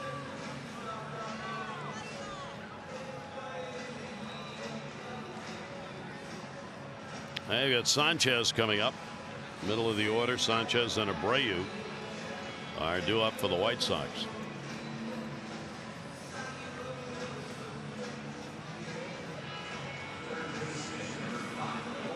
Sanchez, their Heart and Hustle Award winner last year. Third baseman. Came in with just a .203 average in his games against the Orioles. And has taken an 0 for 2, but he has drawn 2 walks. 1 down, runner on at first base. That light mist we had for virtually all of the game has departed. And Moncada back to the bag. White Sox on the year, 95 stolen bases. Tim Anderson, their leader, 26.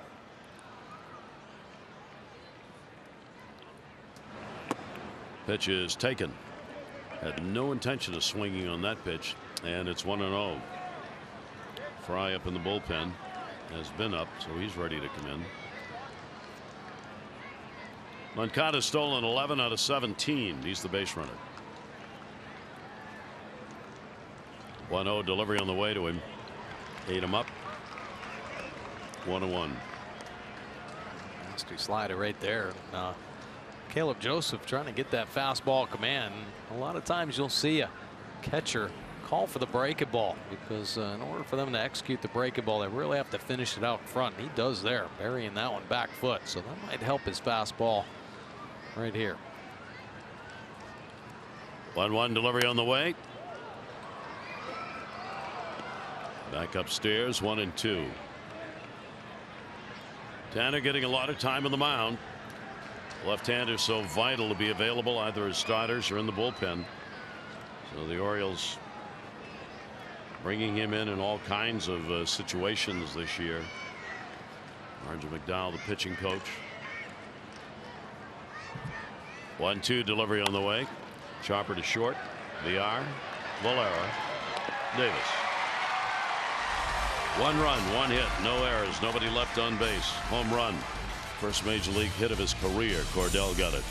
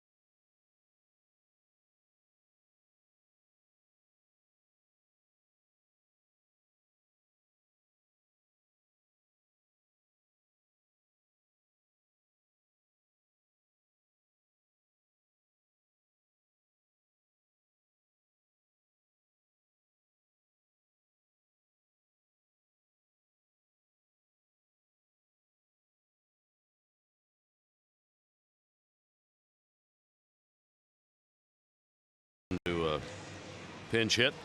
Delmonico out of the ball game.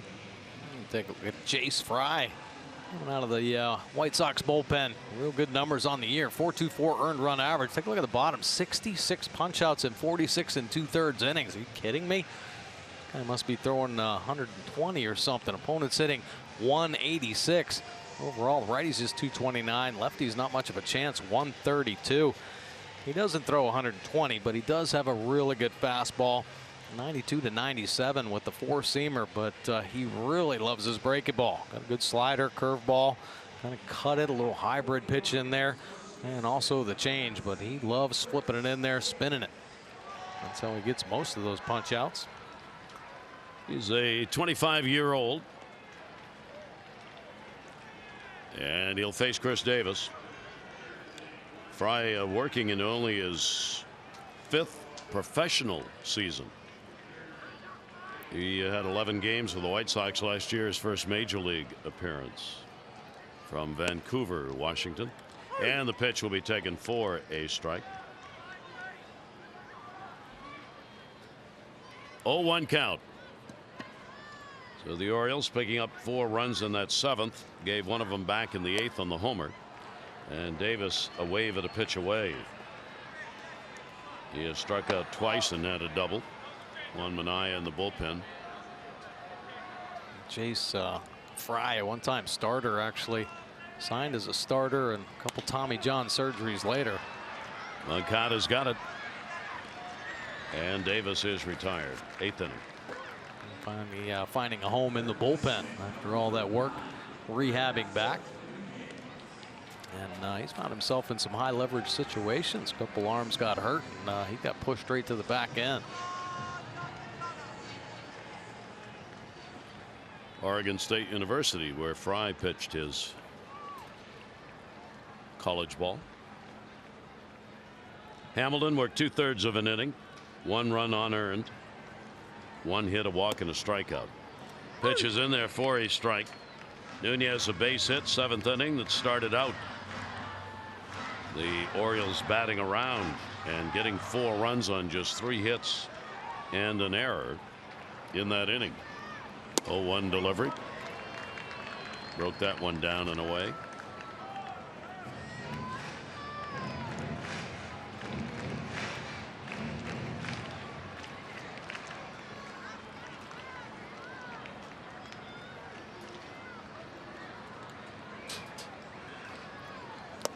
And then came back in. Foul tip, held on to. 2 down. Hey, he's flipping everything in there. Starting him off with the hook, a little change up, and there's that little cutter. Gets on top of. Got a little tilt on it as well. Good movement coming out of this lefty.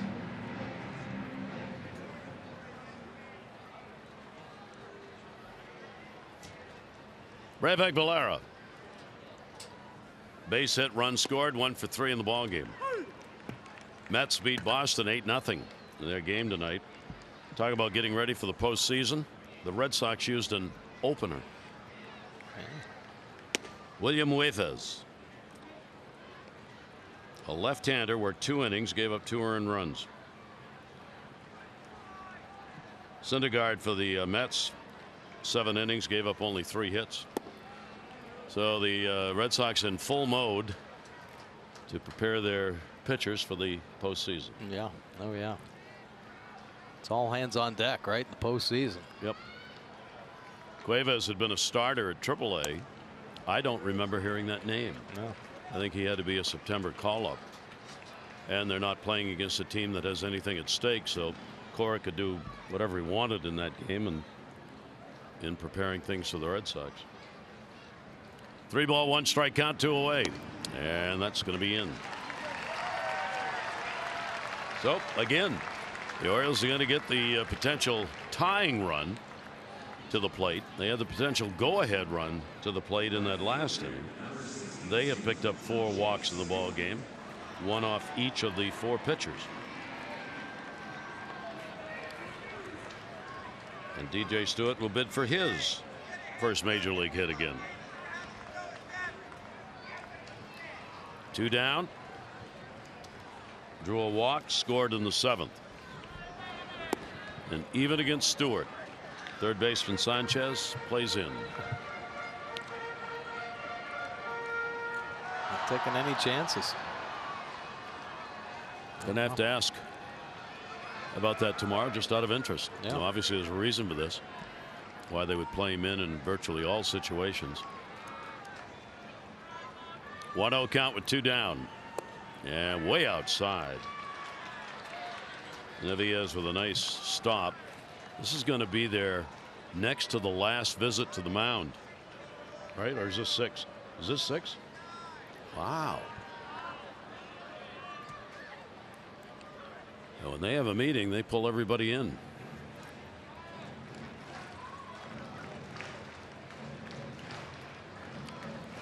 As far as I know, this is the first time in an Orioles game where all of the visits to the mound have been used up by a team. Yeah. This year.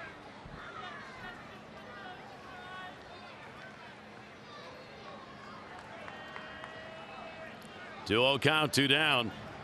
And a wild pitch. Buried that one in the dirt. Down to second base goes Valera. All of a sudden, Fry's all over the place. Yeah. He was spotting everything up. And now he just can't find the strike zone. This cutter just taking off. Missing by about 2 feet. Well, the Orioles, their 5th chance with the runner in scoring position tonight. They're 1 for 4.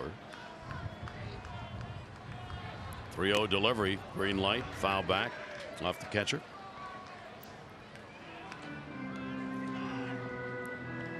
Tough outs. Real tough outs in this ball game. A lot of long at bats on both sides. These bullpens really having to work. 3-1 in the air, left field. Lemare will move in underneath it, and he will put it away for the out. No runs, no hits, no errors, and 1 left on base. 9th inning coming up here at Camden Yards. Chicago leading by 2.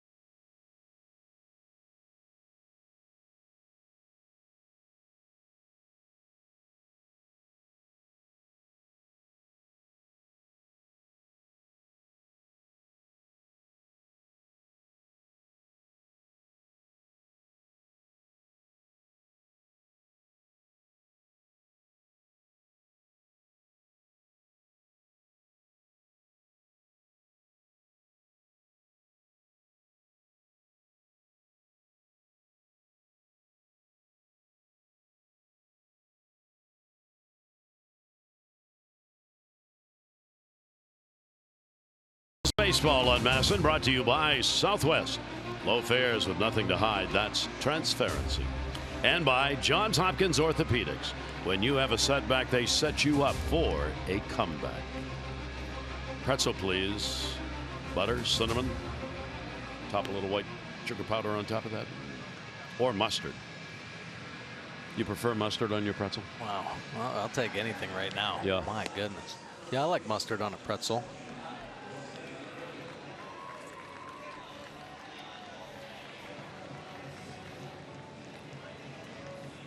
It's looking good, man.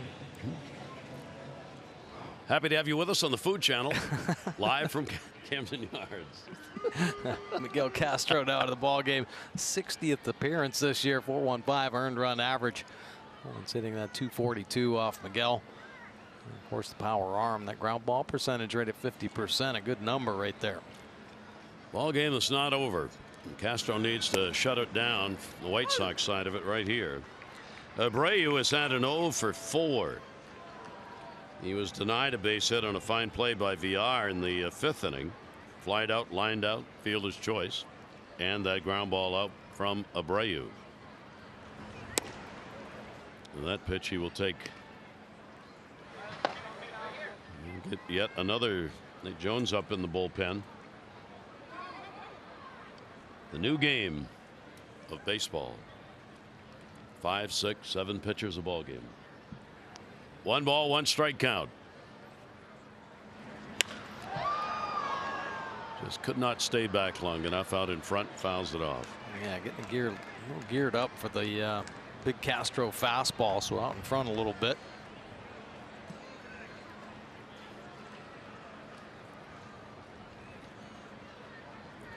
One ball, 2 strike count on him. Tanner Scott, an inning, a run, a hit, a walk. Home run by Cordell. And Castro will clean the cleats. Highest batting averages ever against the Orioles since they came to Baltimore. You're looking at the leader.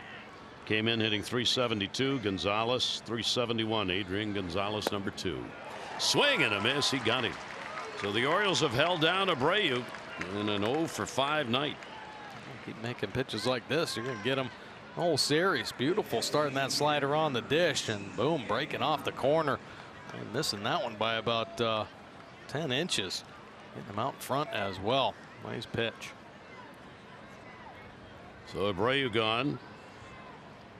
Daniel Polka.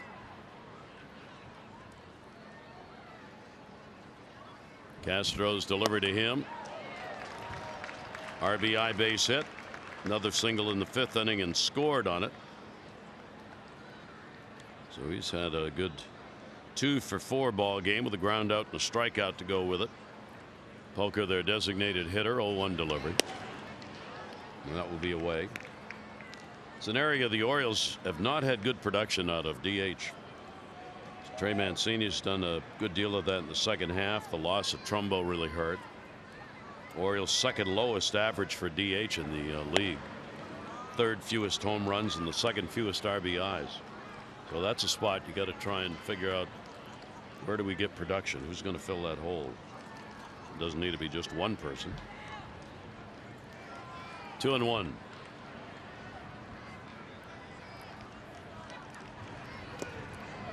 Bounces.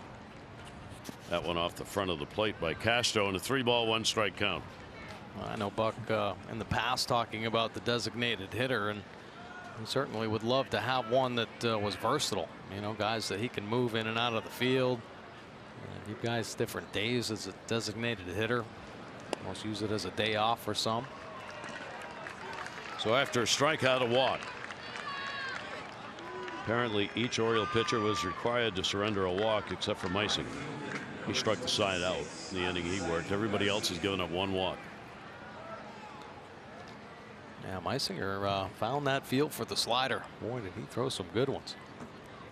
Avisail Garcia, one of the two-run homers. Naviez, the catcher, the other. Solo shot. Cordell, the third home run hit by the White Sox. One down, one on in the ninth.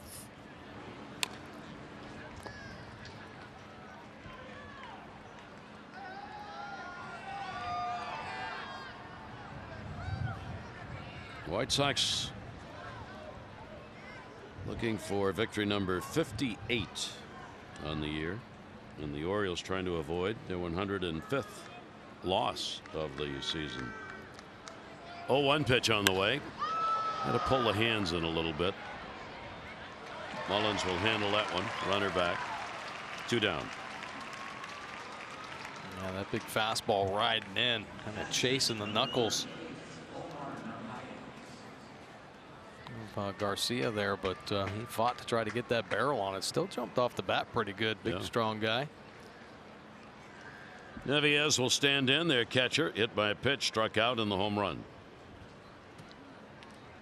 Orioles need to have one more win this year to guarantee not losing 120 and matching the 62 Mets. So at least that ought to be taken care of. 2 down, runner on at first base, and the pitch is on the inside corner for a strike.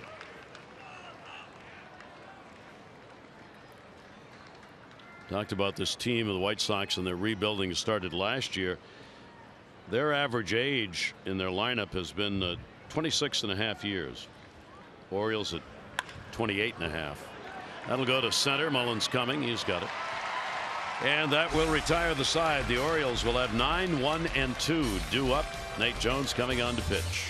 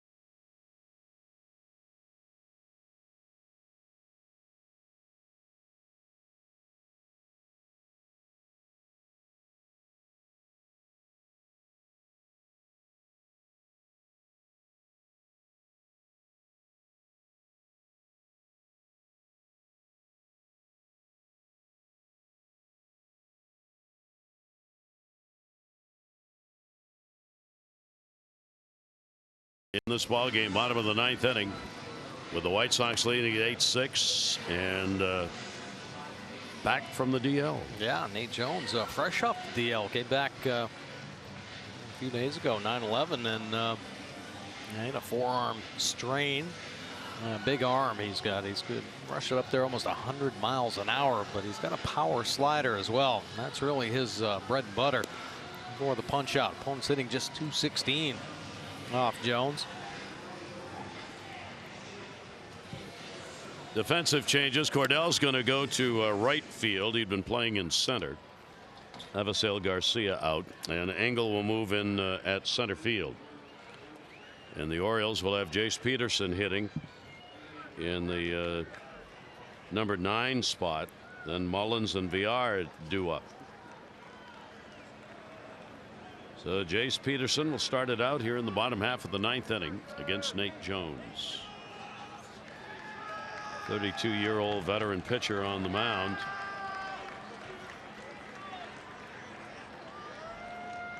Workhorse a couple of years ago, 71 games. Last year only 11. And then this year another injury putting him down for a good part of the season.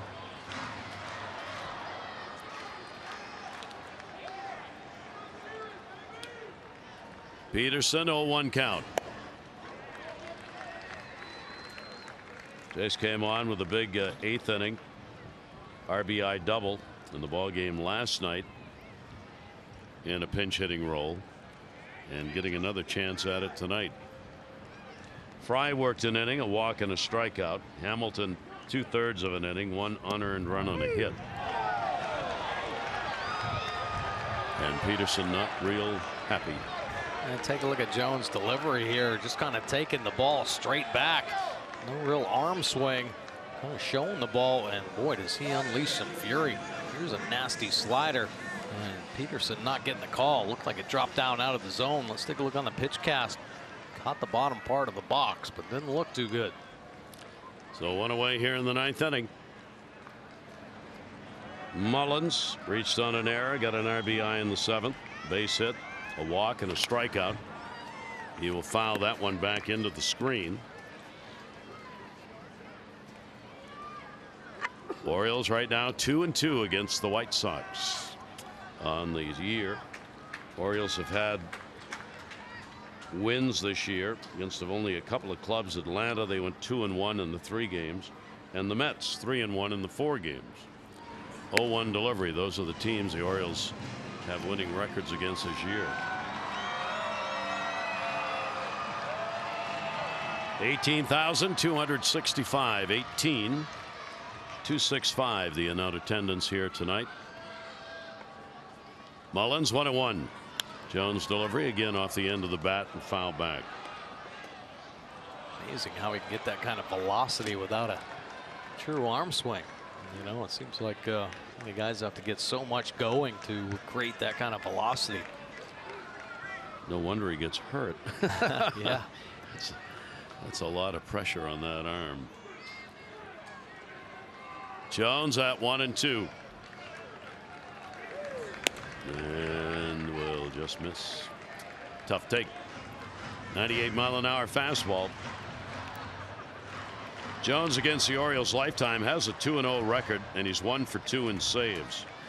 This is the 12th game he's appeared in against the Orioles. A run, 5 hits, 13 in the 3rd innings against the O's. 2-2 delivery on the way, and that one will be fouled back as well. This is, of course, a save situation for him. 2 balls, 2 strikes remain.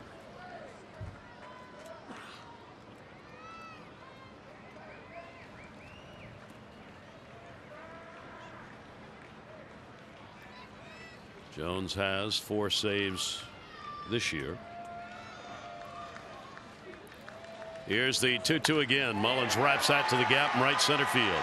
That's going to go over the warning track in the wall. Mullins on his way to second base. That's as far as he needs to go. He'll pull up there with a double. And Cedric Mullins gives the Orioles the chance here in the 9th inning. A beautiful swing right there, and Jones just saying the heck with it. I'm going to keep bumping in that fastball. And Mullins says the heck with it. I'm going to catch you out in front. He smokes this ball to right center field. And he turns it on a little bit. For a brief second, he thought about third base, but wisely holding up at second base. Boy, when he catches it clean, it is a nice swing. Direct to the baseball and jumping off the bat. For Mullins, a big double. His 7th multi-hit game and the first one since August 31st. The Orioles again get the potential tying run to the plate. VR. And a swing and a foul tip. Orioles down by 2, and that's how big that run was on the home run in the 8th inning. Manaya up for a second time.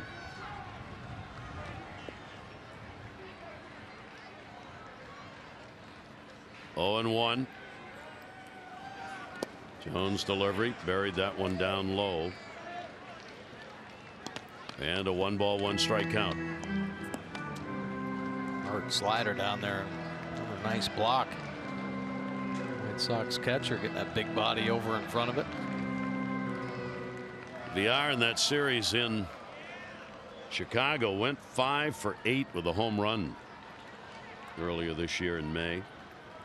Here in this ball game, 0 for 3 and a walk. Even with a bag at third, Sanchez now backs up a step. Jones steps off.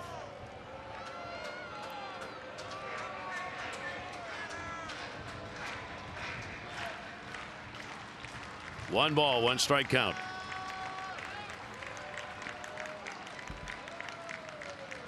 Jones delivery to him.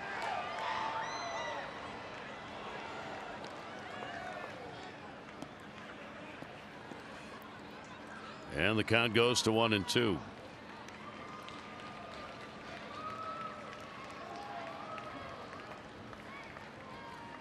Been a long night here at the ballpark.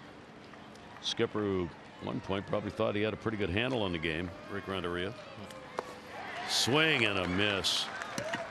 Came down and in and gets a big strikeout. Yeah, that's a pretty nasty pitch right there, and he loves throwing that slider. Just enough tilt, and it is some late movement right at the end. Throws it hard. Looks like it's going to be a fastball cutting across the knees, and bottom drops out at the bitter end. Well, on the line for the win is Shields. He would be 7-16 if he can get it. And Ortiz in his first major league start came up with the injury to the foot or leg.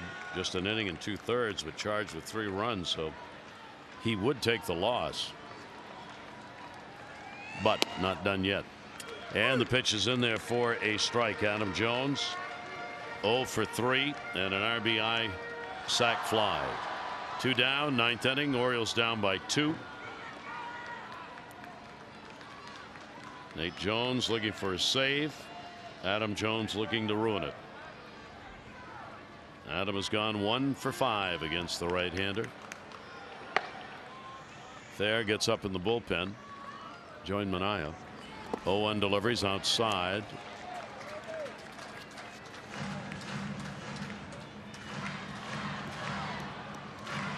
Kind of a nightmare game for catchers tonight. Pitchers have been all over the place. Yeah. Working hard. Another good block, though. He fought to get that shoulder turned and keep it in front of him. If he has a good job behind the plate and a 2-run homer. 1 ball, 1 strike, 2 down. No play on this, into the seats.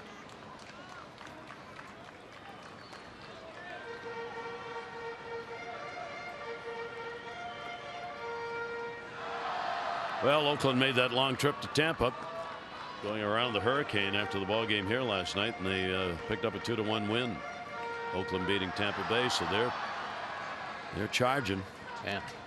Still winning those close ball games. Yeah. Yankees won tonight, so wild card race, they're virtually tied. 1-2 delivery on the way, and that'll be up.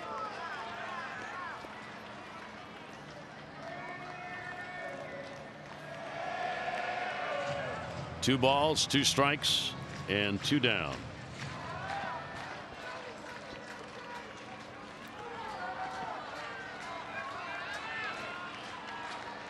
Jones delivery. Ground ball will be foul. Good job by Adam right there. That's a nasty slider. And, doing what he can to keep this AB going.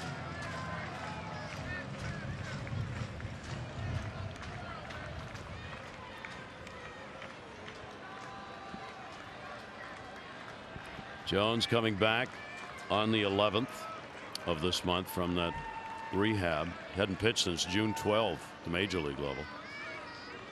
2 balls, 2 strikes. Mullins off second base. Step off by Jones.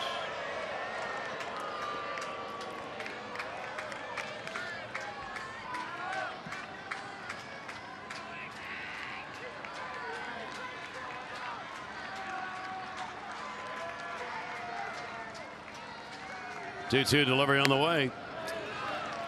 And this game could not possibly not have a 3-2 count in the 9th inning with 2 down. It's just been the nature of the ball game. And Jones is going to have to throw his 20th pitch. Now, for somebody who's just getting back off the DL with an arm problem, I mean, it's a little longer than they wanted him to go, or he wanted to go. 3-2 delivery on the way, and Adam ground ball will go to short. Anderson up. And that is the ball game. So the Orioles made an attempt to get back in it, got to within 1, but could not come away with the runs they needed. They will lose it 8-6 in the opener. Shields the winner 7-16. Ortiz takes the loss in his first major league start. Game 2 tomorrow. Jeffrey Ramirez on the mound against Ronaldo Lopez. Our coverage on Masson will begin at 6:30 with those extra, presented by Southwest, followed by our game coverage at 7. This has been a Masson presentation. Tom and Rick standing by. They'll take a look. A lot of pitchers to review in this one for both sides. For Mike Bordig and all of our crew, I'm Gary Thorne. Thanks, everybody. Have a safe weekend. Adieu.